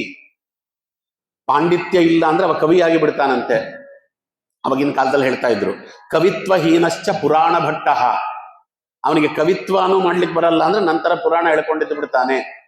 ಪುರಾಣವೂ ಹೇಳಲಿಕ್ಕೆ ಬರಲ್ಲ, ಪುರಾಣಹೀನ ಕೃಷಿಮಾಶ್ರಯಂತೆ. ಅವನಿಗೆ ಪುರಾಣ ಹೇಳಲಿಕ್ಕೆ ಬರಲ್ಲ ಅಂದ್ರೆ ವ್ಯವಸಾಯ ಮಾಡ್ಕೊಂಡಿರ್ತಾನಂತೆ. ಭಗ್ನಾ ಕೃಷೇ ಭಾಗವತಾ ಭವಂತಿ ಅಂತ. ಕೃಷಿಯೂ ಕೂಡ ಅವನ ಕೈ ಹಿಡಿಲಿಲ್ಲ ಅಂದ್ರೆ ಅವನು ಹರಿದಾಸನಾಗ್ತಾನೆ ಅಂತ. ಈ ಮಟ್ಟದಲ್ಲಿ ಆಗಿನ ಕಾಲದಲ್ಲಿ ಕನ್ನಡದ ಹರಿದಾಸರನ್ನ ನೋಡ್ತಿದ್ದ ಕಾಲದಲ್ಲಿ ಶ್ರೀಪಾದರಾಜರು ಬಂದು ಇದೊಂದು ಅಪೂರ್ವವಾಗಿರ್ತಕ್ಕಂಥ ರೀತಿಯಲ್ಲಿ ಕ್ರಾಂತಿ ಮಾಡಿದ್ರಲ್ಲ ನೋಡಿ. ಸುಳಾದಿಗಳು ನಿಮಗೆ ನರಹರಿ ತೀರ್ಥರಲ್ಲಿ ಬರೀ ಕೀರ್ತನೆ ಸಿಗ್ತದೆ. ಸುಳಾದಿ ಇದು ಹರಿದಾಸ ಸಾಹಿತ್ಯದ ಕೊಡುಗೆ ಕರ್ನಾಟಕ ಸಂಗೀತಕ್ಕೆ. ಪದ, ಪದ್ಯ, ಉಗಾಭೋಗ, ದ್ವಿಪದಿ, ತ್ರಿಪದಿ, ಷಟ್ಪದಿ, ಸಾಂಗತ್ಯ, ರಗಳೆ, ದಂಡಕ, ವೃತ್ತನಾಮ, ನೀವು ಏನು ಹೇಳ್ತೀರಿ ಅವೆಲ್ಲ ಶ್ರೀಪಾದರಾಜರು ಮೊಟ್ಟ ಮೊದಲು ಮಾಡಿಕೊಟ್ಟಿದ್ದಾರೆ. ಹರಿದಾಸ ಸಾಹಿತ್ಯ ಅನ್ನುವ ರಥವನ್ನ ಸಂಸ್ಥಾಪನೆ ಮಾಡಿ, ಆ ರಥದಲ್ಲಿ ರಂಗವಿಠಲ ಅನ್ನುವಂಥ ತಮ್ಮ ಉಪಾಸ್ಯ ಮೂರ್ತಿಯನ್ನ ಪ್ರತಿಷ್ಠಾಪನೆ ಮಾಡಿ, ತಾವು ಅಲ್ಲಿ ಪೂಜೆ ಮಾಡಲಿಕ್ಕೆ ಕೂತು ಈ ರಥವನ್ನ ಮುಂದಕ್ಕೆ ಓಡಿಸ್ಕೊಂಡು ಹೋಗ್ಲಿಕ್ಕೆ ಸಾರಥಿಯಾಗಿ ನೀನು ಬಾ ಅಂತ ವ್ಯಾಸರಾಜರನ್ನ ಸಾರಥಿಯ ಪಟ್ಟದಲ್ಲಿ ಕುಳ್ಳಿರಿಸಿ, ಆ ರಥ ಹೋಗ್ಲಿಕ್ಕೆ 2 ಕುದುರೆ ಬೇಕಲ್ಲ, ಒಬ್ಬ ಪುರಂದರದಾಸರು ಒಬ್ರು ಕನಕದಾಸರನ್ನ ಕುದುರೆಯನ್ನಾಗಿ ಮಾಡಿ, ಆ ರಥಕ್ಕೆ ಮುಂದೆ ದಾರಿ ತೋರಿಸ್ಲಿಕ್ಕೆ ಒಬ್ರು ಬೇಕಲ್ಲ, ಭಾವಿ ಸಮೀರ ವಾಜರಾಜ ಗುರು ಸಾರ್ವಭೌಮರನ್ನ ಮುಂದೆ ದಾರಿ ತೋರಿಸ್ಲಿಕ್ಕೆ ಅಂತ ವ್ಯವಸ್ಥೆ ಮಾಡಿ, ಅವತ್ತಿನಿಂದ ಇವತ್ತಿನವರೆಗೂ ಹರಿದಾಸ ಸಾಹಿತ್ಯದ ರಥ ಅನ್ನುವುದು ಅವಿಚ್ಛಿನ್ನವಾಗಿ ನಡೆದು ಬರುವುದಕ್ಕೆ ಕಾರಣೀಕರ್ತರಾದವರೇ ಶ್ರೀಪಾದರಾಜ. ಅಭೂತಪೂರ್ವವಾದದ್ದು. ಸುಮ್ಮನೆ ನಿಮಗಲ್ಲ ಸಮಯ ಮುಗಿದೋಯ್ತು, ನಾನು ಸುಮ್ಮನೆ ಏನೇನೋ ಹೇಳಬೇಕು ಅನ್ಕೊಂಡೆಲ್ಲ ಬರ್ಕೊಂಡು ಬಂದೆ. ಸುಮ್ಮನೆ ಹೇಳ್ತೀನಿ, ಅವತ್ತಿನ ಕಾಲದಲ್ಲಿ ಹೇಗಿತ್ತು ನೋಡ್ರಿ ಸಾಹಿತ್ಯ. ಏನಾದ್ರು ಶ್ರೀಪಾದರಾಜರು ಈ ಒಂದು ಕ್ರಾಂತಿ ಮಾಡದೆ ಹೋಗಿದ್ರೆ ನಮ್ಮ ನಿಮ್ಮ ಕಥೆ ಏನು ಯೋಚನೆ ಮಾಡೋಣ. ವೇದ ನಮ್ಗೆ ಅರ್ಥ ಆಗಲ್ಲ. ತಸ್ಯ ಏವಂ ವಿದುಷೋ ಯಜ್ಞಸ್ಯ ಆತ್ಮ ಯಜಮಾನ ಶ್ರದ್ಧಾ ಪತ್ನಿ ಶರೀರಮಿದ್ಮರೋ ವೇದರ್ ಲೋಮಾನಿ ಬರ್ಹಿರ್ವೇದ ಶಿಖಾ ಹೃದಯಂ ಯೋಪಕ್ರಾಮ ಆಜ್ಯಂ ಮನ್ಯು ಪಶುಸ್ತಪಗ್ನಿ ದಮಶಮಹಿತ ದಕ್ಷಿಣಾವ ಗೋತಾ ಪ್ರಾಣ ಉದ್ಗಾತ ಚಕ್ಷುರಧ್ವರ್ಯುರ್ಮನೋ ಶ್ರೋತ್ರಮಗ್ನಿದ್ಯಾವದ್ರಿಯತೆ ಸಾ ದೀಕ್ಷಾ ಯದಷ್ಟಾತಿ ತದ್ದ ವಿರ್ಯತ್ ಪಿಬತಿ. ಸಾಕು ಆಚಾರ್ರೆ, ನೀವೇನ್ ಹೇಳ್ತಿದ್ದೀರಾ, ನಿಮ್ಗೆ ಅರ್ಥ ಆಗ್ತಿಲ್ಲ, ನಮ್ಗೆ ಹೆಂಗ್ ಅರ್ಥ ಆಗತ್ತೆ ಅಂತಾರೆ. ಆಯ್ತಾ? ಇನ್ನು ಸಂಸ್ಕೃತ ಆಗಿನ ಕಾಲದ ಹೆಂಗಿತ್ತು? ಸ ಏಷ ದೇಹಾತ್ಮಮಾನಿನಾಂ ಸತ್ವಾದಿ ಗುಣ ವಿಶೇಷ ವಿಕಲ್ಪಿತ ಕುಶಲ ಕುಶಲ ಸಮಬಹಾರ ವಿನಿರ್ಮಿತ ವಿವಿಧ ದೇಹಾವಲಿಭಿಃ ಸಂಯೋಗ ವಿಯೋಗಾದಿ ಅನಾದಿ ಸಂಸಾರಾನುಭವಸ್ಯ ದ್ವಾರಭೂತೇನ ಷಡಿಂದ್ರಿಯ ವರ್ಗೇಣ ತಸ್ಮಿನ್ ದುರ್ಗಾದ್ವಾವತ್ ಅಸುಗಮೇದ್ವಾ ನ್ಯಾಪತಿತ ಈಶ್ವರಸ್ಯ ಭಗವತೋ ವಿಷ್ಣೋ ವಶವರ್ತಿನ್ಯಾಂ ಮಾಯೆಯ ಜೀವಲೋಕೋ ಯಂ ಯಥಾ ವಣಿಕ್ಸಾರ್ಥೋ ಅರ್ಥಪರಃ ಸ್ವದೇಹ ನಿಷ್ಪಾದಿತ ಕರ್ಮಾನುಭವನ್ ಸ್ಮಶಾನವತ್ ಅಶಿತ ಮಾಯಾಂ ಸಂಸಾರ ಅಟವ್ಯಾಂ ಗತೋ ನಾದ್ಯಾಪಿ ವಿಪುಲ ಬಹುಯೋಗ ಸಹಸ್ರ ಸುಹೃತ್ ತಪೋಪಶಮನಿಂ ಹರಿಗುರು ಚರಣಾರವಿಂದ ಮಧುಕಾರನ ಪದಬಿಂಬವರುಂದೇ. ಏನರ್ಥ ಆಗಲ್ಲ. ಇದು ಸಂಸ್ಕೃತ ಸಾಹಿತ್ಯ. ಇನ್ ಕನ್ನಡ ಬಂತು. ಅವತ್ತಿನ ಕಾಲದ ಕನ್ನಡ, ಸಂಸ್ಕೃತ 1000 ರೂಪಾಯಿ ವಾಸಿ. ಅವತ್ತಿನ ಕಾಲದ ಕನ್ನಡ, ಹಳಬರಿಲ್ಲಿ ಇದ್ದೀರಿ, ಅವತ್ತಿನ ಕಾಲದ ಕನ್ನಡ ಹೇಗಿತ್ತು ಯೋಚನೆ ಮಾಡ್ರಿ. ಅವತ್ತಿನ ಕಾಲದಲ್ಲಿ ಕನ್ನಡ ಹೇಗಿತ್ತು ಅಂದ್ರೆ ಅದು ವಿದ್ವಾಂಸರಿಗೂ ಅರ್ಥವಾಗ್ತಿರ್ಲಿಲ್ಲ ಅಂತ. ಬರವಂ ಬೇಡಿದರ್ಗೀವ ದೇವನೇವಲಂ ನಾಲ್ಗೆಟ್ಟು ಬಂದ ನೆನ್ನಿಂ ತರದೆ ಬರ್ದನು ನಾಳಾದೆ ಬರ್ದನ ನಿಂತು ನಾವೆಲ್ಲಿ ಕೆನ್ನತ್ತರುಂಬರಿ ಕೆಂಡಗಳ ನೇಬಲು ಮೇಳಗಿ ಮಂದೋಣರಿಟ್ಟಳಂ ಪೊನ್ಮವಿ ರಕ್ಕಸರಾಗಮಾಯ್ತು ನೋಡೆ ಕವಚಗಳೊಂಡ ಮಾಕರ್ಣನ ಅಂತು ಸಹಜ ಕವಚ ರಕ್ತ ಕುಂಡಲಗಳಂ ನೆತ್ತರ ಪನಪನ ಪನಿಯಾತಿಯಗಿ ವಿರುದ್ದಿಂದು ಗಿದ್ದಂದು ಕೊಟ್ಟದರ್ಕೆ ಮೆಚ್ಚಿ ದೇವೇಂದ್ರ ನಾತಂಗ ಭೋಗಶಕ್ತಿಯನ್ ನಿತ್ತನಾತಾನಂ ನಾನು ಮನ್ನೆ ಬಲ್ಲೆ ಮೂರ್ಛಯಂ ಬೇದೆ ಸಂದೆಪ್ಪೆ ನಿಮ್ಮಂ ನಿಮ್ಮ ಚೊಚ್ಚಿಲ ಮಗನಪ್ಪ ಸೂರ್ಯ ಸೂನುವಂ ಸೂರ್ಯ ದಿನದಂದು ಕಂಡು ಕಾರ್ಯಸಿದ್ಧಿಯಂ ಮಾಡಿ ಬನ್ನಿಮೆಂದು ಕುಂತಿಯಂ ಬೀಳ್ಕೊಂಡು ಕರೆಕೆಂ ಕೈಕೊಂಡು ರಥಾಂಗದರಂ ರಥಮನೇರಿಕೊಂಡು ಕರ್ಣನ ಮನೆ ಮುಂದೆನೇ ಬಂದು ಮೇಲೆ ಬೆಳೆದು ಮಂ ಕರೆದಂತರಂ ಕಳುಪಿ ಮಗುಳ್ವೆ ಬಾ ಪೋಪಂ ಎಂದು ತನ್ನೊಡನ ರಥಮನೇರಿಸಿಕೊಂಡು ಹೋಗಿ ಮುಂದೊಂದೊಡೆಯಲ್ಲಿ ನಿಂದು ಬೇದಿಸಲೆಂದೇದಲ್ ನುಡಿದರೆನ್ನದಿರೇನು ಕೇಳ ಕರ್ಣ ನಿನ್ನ ಆದಿಯೊಳಗೊಬ್ಬೆಕೊಂದಿ ನನಗಮ್ಮನ ಹರ್ಪತಿ ಪಾಂಡು ನಂದರರು ಸೋದರರೆದೆ ಮೈದು ನಾನೀನಂ ಪೇರಿತಂ ಪರಮಾತೆ ನಿನ್ನದೀ ಮೇದಿನಿ ಪಟ್ಟಮಂ ನೀನಿತೆ ಮತ್ತೆ ಪೆರರೆ ನರೇಂದ್ರರೇ ಗಂಗೆಯಂ ಕೆಯ್ಯದೆಂದು ತುಂಗಸ್ತನಿ ಕೊಟ್ಟ ಭೋಗಂ ಸೂತಂಕಂಡ ತನ್ಮಾಗಮಂ ರಾಧಗಿತ್ತು ಮನ್ನೊಂಗದೆ ರಾಧೆಯ ನೆನೆಸಿ ಸೂತ ಜಾತೈ ನಿನ್ನೋತ್ಪತ್ತಿಯನ್ ನಿಂತು ಅಂದು ರಮಣಂ ಮಯಂ ಅಂಗೇವಂ ಸಹದೇವಂ ಪೆನ್ನಗೇತುಂ ದಿನೇಶಂ ನಿನ್ನಂಬಿಕೆ ಕುಂತಿವರ್ಣೆ ಬಲ್ಲರೆ ದುರ್ಯೋಧನಂ ನಿನ್ನ ನೇತರೊಳ್ ನಂಬಿದನೆಂದೊಡೆ ನೀನುಂ ತಾರ್ಮೆ ಒರ್ಮೆ ಗಂಗಾ ನದಿ ತೀರದೊಳ್ ಬೆಂಟೆಯಾಡುವಲ್ಲಿ ತತ್ಸಮೀಪದ ಸತ್ಯಂತ ಪರೆಂಬ ದಿವ್ಯಜ್ಞಾನಿಗಳಂ ತಾಪಸಾಶ್ರಮದೊಳ್ ಕಂಡು ಪೊಡೆಮಟ್ಟು ಈರ್ವರಂ ತೆರೆಸಿ ನಿನಗೆ ಮುನ್ನಂ ಏರಂ ತರಿಸಿದೊಡೆ ನಿನ್ನಂ ಭೋಗಲ್ ವೇಳಿತು ಸುಯೋಧನಂ ಆನಿರೇ ನಿಮಿದಕ್ಕೆ ದೈಗೈದಿರೋ ಆ ಮಿಂಗೋಲಿ ಗಂಗೆ ಎಂದ ನರನಾಥನಂ ತಿಳಿಪೆ ಭೂಭುಜನ್ ನೈದು ನಂಬಿ ಕಾನೀನಾ ಪುಮಂತು ಪಾಟಿಸುವೆನಯ್ಯನೇ ಮುಳ್ಳೊಳು ಮುಳ್ಳಂ ಎಂದು ತಾನೀ ನಯದಿ ಪರ್ಚೆ ಹೊರದೊಳ್ ಕೆದೊಣ್ ಉಂಡ ನಲ್ಲನೆ. ಯಾರಿಗಾರು ಏನಾರು ಅರ್ಥ ಆಯ್ತಾ? ಒಂದ್ ಅಕ್ಷರ ಏನಾರು ಅರ್ಥ ಆಗಿದ್ರೆ ಹೇಳ್ರಿ. ಎಲಂ ಬಲಂ ಬಿಡುವ ಜಂಬು ಜಂಬೂರ ಪಾಟಲಿ ಪಾಲಸ ಭೋಗ ಪುನ್ನಾಗ ಕದಳಿ ಕಾಂಕಲ್ಯ ನಾರಿಂಗ ನಾರಿಕೇಳ ಪವಿತ್ರ ಅಶ್ವತ್ಥ ಮುಖಪಾದವಂಗಳು ಕುಸುಮಗಳ ವಾಸನೆಯಂ ಜಗಜಸೆಗೆ ಪಸರಿಸುವ ಪದಳಿ ಪಾರಿಜಾತ ಮಲ್ಲಿಕಾ ನಂದಕ ಚಂಪಕ ಮೊದಲಾದ ಪುಷ್ಪಗಳು ಎಲಲ ಬಂಡನುಂಟು ಮಿಂಡೆತ್ತು ಬಂಡೊಳಿಪ ಬಂಡುಳಿಗಳ ತಳ್ಳುಗಳು ಕುಗಿಲ್ವ ಕೋಗಿಲುಗಳು ರಾಮಕೀರ್ತಿಯನ್ನು ಗಡಿಪ ಕಪೋದಂಗಳು ಕಮನೀಯವಾಗಿ ಕಂಗೊಳಿಪ ಕಾಸಾರಗಳು ಸುಮಪರಾಗವನ್ನ ಮಸ್ತಕದಲ್ಲಿ ಹೊತ್ತು ವಿರಹಗಳಿಗೆ ಮದನತಾಪವನ್ನು ಹೆಚ್ಚು ಮಾಡುತ್ತಿರುವ ನಂದಕಂದ ಮುಕುಂದ ಶಯನ ಆಡುಂಬಲದಂತಿರುವ ಯಮುನಾ ತೀರದೊಳ್ ರಾಧೆಯೊಂದಿಗೆ ಕೃಷ್ಣನ್ ನಲಿದಾಡಿದನ್ ಅಂತ ಹೇಳ್ತಾರೆ. ಕೃಷ್ಣ ತಾನು ಗೋಪಿಕಾಸ್ತ್ರೀಯರಲ್ಲಿ ಯಮುನಾ ತೀರದಲ್ಲಿ ಗೋಪಿಕಾಸ್ತ್ರೀಯರ ಜೊತೆ ಅವ ನಲಿದ. ಇಂಥ ಕನ್ನಡ ಇದ್ದಂತ ಕಾಲದಲ್ಲಿ ಶ್ರೀಪಾದರಾಜ ಕನ್ನಡ ಎಷ್ಟು ಸುಲಭ. ಬಲ್ಲವನು ಉಳ್ಳವನು ನೀನಿರಲು ಭಜಿಸದೆ ಕ್ಷುಲ್ಲಕರ ಮತವಿಡಿದು ಸುಖವ ಬಯಸುವೆ ನಾನು, ಕಲ್ಲು ಗೋವಿನ ಹಾಲು ಕರು ಬಯಸಿದಂತೆ ನಾ ಹುಲ್ಲು ಹೋಗುದ ನರಿಯೇ ಅಕಟಕಟ ಮಂದಮತಿಯು, ಕಳ್ಳಗೋವನು ಹುಲ್ಲು ಗಂಜಿಯ ನೆರೆದು ಸಲಹಿದೊಡೆ ಏನು ಫಲ ಬಲ್ಲಿದಾಸೆಯ ಬಿಡಿಸೋ ನಮೋ ರಂಗವಿಠಲ. ಏನು ಅಪೂರ್ವವಾದಂತ ಕನ್ನಡ. ಅವರು ಸುಮ್ಮನೆ ಹೇಳ್ತಾರೆ ಅನ್ಕೋಬೇಡ್ರಿ, ಸುಮ್ಮನೆ ಸಂದರ್ಭ ಒಂದೇ ಒಂದು ಹೇಳಿ ಮುಗಿಸ್ತೇನೆ, ಮಿಕ್ಕಿದ್ನ ನಮ್ಗೆ ಇನ್ನೊಮ್ಮೆ ಯಾವಾಗಾರ ಭಗವಂತ ಅನುಕೂಲ ಮಾಡಿಕೊಟ್ಟಾಗ ನೋಡೋಣ. ಟೀಕಾಕೃತ್ಪಾದರು ಸುಧಾ ಗ್ರಂಥದಲ್ಲಿ ಒಂದು ಪ್ರಮೇಯ ಹೇಳ್ತಾರೆ. ಯಹ ಸಾಂಸಾರಿಕಂ ವಿವಿಧ ದುಃಖ ಜಿಹಾಸುಹು ಪರಮಾನಂದ ಚ ಪ್ರೇಪ್ಸಕೆ ತತ್ ಸಾಧನಂ ಜಿಜ್ಞಾಸತೆ ತಂ ಪ್ರತಿ ಪರಮೇಶ್ವರ ಏವ ಪ್ರಸನ್ನ ಪರಮ ಇಷ್ಟ ಸಾಧನತೆಯ ಉಪದಿಶ್ಯತೆ. ಅದೇ ಟೀಕಾಕೃತ್ಪಾದರು ತಾವು ಮಯಾವಾದ ಖಂಡನದಲ್ಲಿ ಇನ್ನೊಂದು ಟೀಕೆಯಲ್ಲಿ ಹೇಳ್ತಾರೆ, ಇಹ ಈ ವಿವಿಧ ಸಾಂಸಾರಿಕ ದುಃಖ ದರ್ಶನೇನ ವಿರಕ್ತಸ್ಯ. ಏನೇನೋ ಹೇಳ್ಬಿಟ್ರಲ್ಲ ಆಚಾರ್ಯ ಅಂತ, ಅರ್ಥ ಸುಮ್ಮನೆ ಸ್ವಲ್ಪ ನೋಡೋಣ. ಸಂಸಾರದಲ್ಲಿ ಪರ್ಮನೆಂಟ್ ಆದ ಸುಖ ಅಂತ ಇಲ್ಲ, ಸಂಸಾರದಲ್ಲಿರುವುದೆಲ್ಲ ದುಃಖವೇ. ಸುಖ ಅಂತಿರುವುದು ಭಗವಂತನ ಕರುಣೆಯಲ್ಲಿ, ಭಗವಂತನ ಅನುಗ್ರಹದಲ್ಲಿಯೇ. ಸುಖ ಅನ್ನುವುದು ಭಗವಂತ ಕೊಡಬೇಕೆ ಹೊರತು ಇನ್ಯಾವುದೂ ಸುಖವನ್ನ ಕೊಡುವುದಿಲ್ಲ. ಜನಕ್ಕೆ ಇದು ಅರ್ಥವಾಗದೆ ಸುಖ ಬೇಕು ಅನ್ನುವ ಕಾರಣಕ್ಕೋಸ್ಕರವಾಗಿ ಮನೆಯನ್ನ ಆಶ್ರಯಿಸಿ, ಮಠವನ್ನ ಆಶ್ರಯಿಸಿ, ಬಂಧು ಬಾಂಧವರನ್ನ ಆಶ್ರಯಿಸಿ, ರಾಜರನ್ನ ಆಶ್ರಯಿಸಿ, ಯಾರ್ಯಾರನ್ನೂ ಆಶ್ರಯಿಸಿಕೊಂಡು ಸುಖ ನನಗೆ ಸಿಗ್ತದೆ ಎನ್ನುವ ಭ್ರಮೆಯಲ್ಲಿ ತೊಡಗಿದ್ದಾರೆ ಜನ. ಪರಮ ಇಷ್ಟ ಸಾಧನತೆಯ ಉಪದಿಶ್ಯತೆ ತಂ ಪ್ರತಿ ಪರಮೇಶ್ವರ ಏವ ಪ್ರಸನ್ನ. ಭಗವಂತನನ್ನ ಪ್ರಸನ್ನೀಕರಿಸಿಕೊಂಡ್ರೆ ನನಗೆ ಸುಖ ಸಿಗ್ತದೆ ಎನ್ನುವ ಕನಿಷ್ಠ ಮಟ್ಟದ ಜ್ಞಾನವೂ ಇಲ್ಲದೆ ಹಾಳಾಗ್ತಾ ಇದ್ದಾರೆ ಅಂತವರು ಹೇಳಿದ್ರಲ್ಲ. ಈ ಹಾಡು ನಿಮಗೆ ಗೊತ್ತಿದೆ, ಇದು ಟೀಕಾಕೃತ್ಪಾದರ ನ್ಯಾಯಸುಧಾ ಗ್ರಂಥದ ನೇರ ಕನ್ನಡದ ವಿವರಣೆ ಅನ್ನುವುದು ಗೊತ್ತಿರ್ಲಿ ಅನ್ನೋದಕ್ಕೆ ಇದು ಹೇಳ್ತಾ ಇದ್ದೇನೆ. ಯಾವ್ದು ಗೊತ್ತಾ? ಇದು ಇವ್ರಿಗೆ ಹೇಳಿದ್ರೆ ನಮ್ಗೆ ಅರ್ಥ ಆಗಲ್ಲ. ಮನೆಯಿಂದ ಸಂತೋಷ ಕೆಲವರಿಗೆ ಲೋಕದಳು ಇದೆ, ನ್ಯಾಯಸುಧಾ ಗ್ರಂಥದ್ದೇ ಕನ್ನಡ ಅನುವಾದ. ಮನೆಯಿಂದ ಸಂತೋಷ ಕೆಲವರಿಗೆ ಲೋಕದಳು, ಧನದಿಂದ ಸಂತೋಷ ಕೆಲವರಿಗೆ ಲೋಕದಳು, ಸತಿಯಿಂದ ಸಂತೋಷ ಕೆಲವರಿಗೆ ಲೋಕದಳು, ಸುತರಿಂದ ಸಂತೋಷ ಕೆಲವರಿಗೆ ಲೋಕದಳು, ಇನಿತಿನಿತು ಅವರವರ ಸಂತೋಷ ಅವರವರಿಗಿರಲಿ, ನನಗೆ ನಿನ್ನಲ್ಲಿ ಪರಮ ಸಂತೋಷ ರಂಗವಿಠಲ. ಏನು ಅಪೂರ್ವವಾದಂತಹ ಮಾತುಗಳು ನೋಡ್ರಿ. ಧ್ಯಾನವು ಕೃತೈಗದೆ. ಇಲ್ಲಿ ಪುರಾಣದಲ್ಲಿ ಕೃತಾತು ತಪಸಾ ಮಧ್ಯೆ ತ್ರೇತಾಯಂ ಯಾಗಮೇವ ಚ ದ್ವಾಪರೇ ದಾನ ಧರ್ಮಶ್ಚ ಕಲವು ಸಂಕೀರ್ತನೋದ್ಭವ ಪದ್ಮಪುರಾಣ. ಅದನ್ನ ಧ್ಯಾನವು ಕೃತಯುಗದಿ, ಯಜ್ಞ ತ್ರೇತಾಯುಗದಿ, ದಾನವಾಂತಕನ ದೇವತಾರ್ಚನೆಯು ದ್ವಾಪರದಿ, ಆ ನರರಿಗೆಷ್ಟು ಫಲ ಈ ಕಲಿಯುಗದಲ್ಲಿ ಗಾನದಿ ಕೇಶವ ರಂಗವಿಠಲ ಎನ್ನಲು. ಏನು ಅದ್ಭುತವಾಗಿರ್ತಕ್ಕಂಥ ಮಾತುಗಳು ಒಂದೊಂದು ಕೂಡ. ಅಲ್ಲ, ನಾನು ಉಪನಿಷತ್ ಹೇಳಿದೆ, ಈಶಾವಾಸ್ಯ ಉಪನಿಷತ್ತನ್ನ ಕನ್ನಡೀಕರಿಸ್ತಾರೆ. ಉಪನಿಷತ್ ಏನು ಎಲ್ಲ ನೋಡೋಣ. ಈಶಾವಾಸ್ಯಮಿದ ಗಂ ಸರ್ವಂ ಯತ್ಕಿಂಚ ಜಗತ್ಯಾಂ ಜಗತ್ ತೇನ ತ್ಯಕ್ತೇನ ಭುಂಜೀತ ಮಾ ಘೃತಕ್ಕಸ್ಯ ಸಿದ್ಧನಂ. ಆಚಾರ್ಯ ಇದು ಪೂರ್ತಿ ನಮ್ಗೆ ಅರ್ಥ ಆಗಬೇಕು ಅಂದ್ರೆ ಹೆಂಗೆ ಅಂದ್ರೆ, ಇಟ್ಟಾಂಗೆ ಇರುವೇನೋ ಹರಿಯೇ ಎನ್ನ ದೊರೆಯೇ ಸೃಷ್ಟಿಗೊಂದಿತ ಪಾದ ಪದುಮ ಶ್ರೀ ಹರಿಯೇ ಇಟ್ಟಾಂಗೆ ಇರುವೇನು ಹರಿಯೇ. ಈ ಹಾಡು ಪೂರ್ತಿ ಈಶಾವಾಸ್ಯೋಪನಿಷತ್ತಿನ ಕನ್ನಡದ ಅನುವಾದ ಅಲ್ವಾ. ಭೂಷಣಕ್ಕೆ ಭೂಷಣ ಇದು ಭೂಷಣ, ಶೇಷಗಿರಿವಾಸ ವರವೆಂಕಟೇಶ.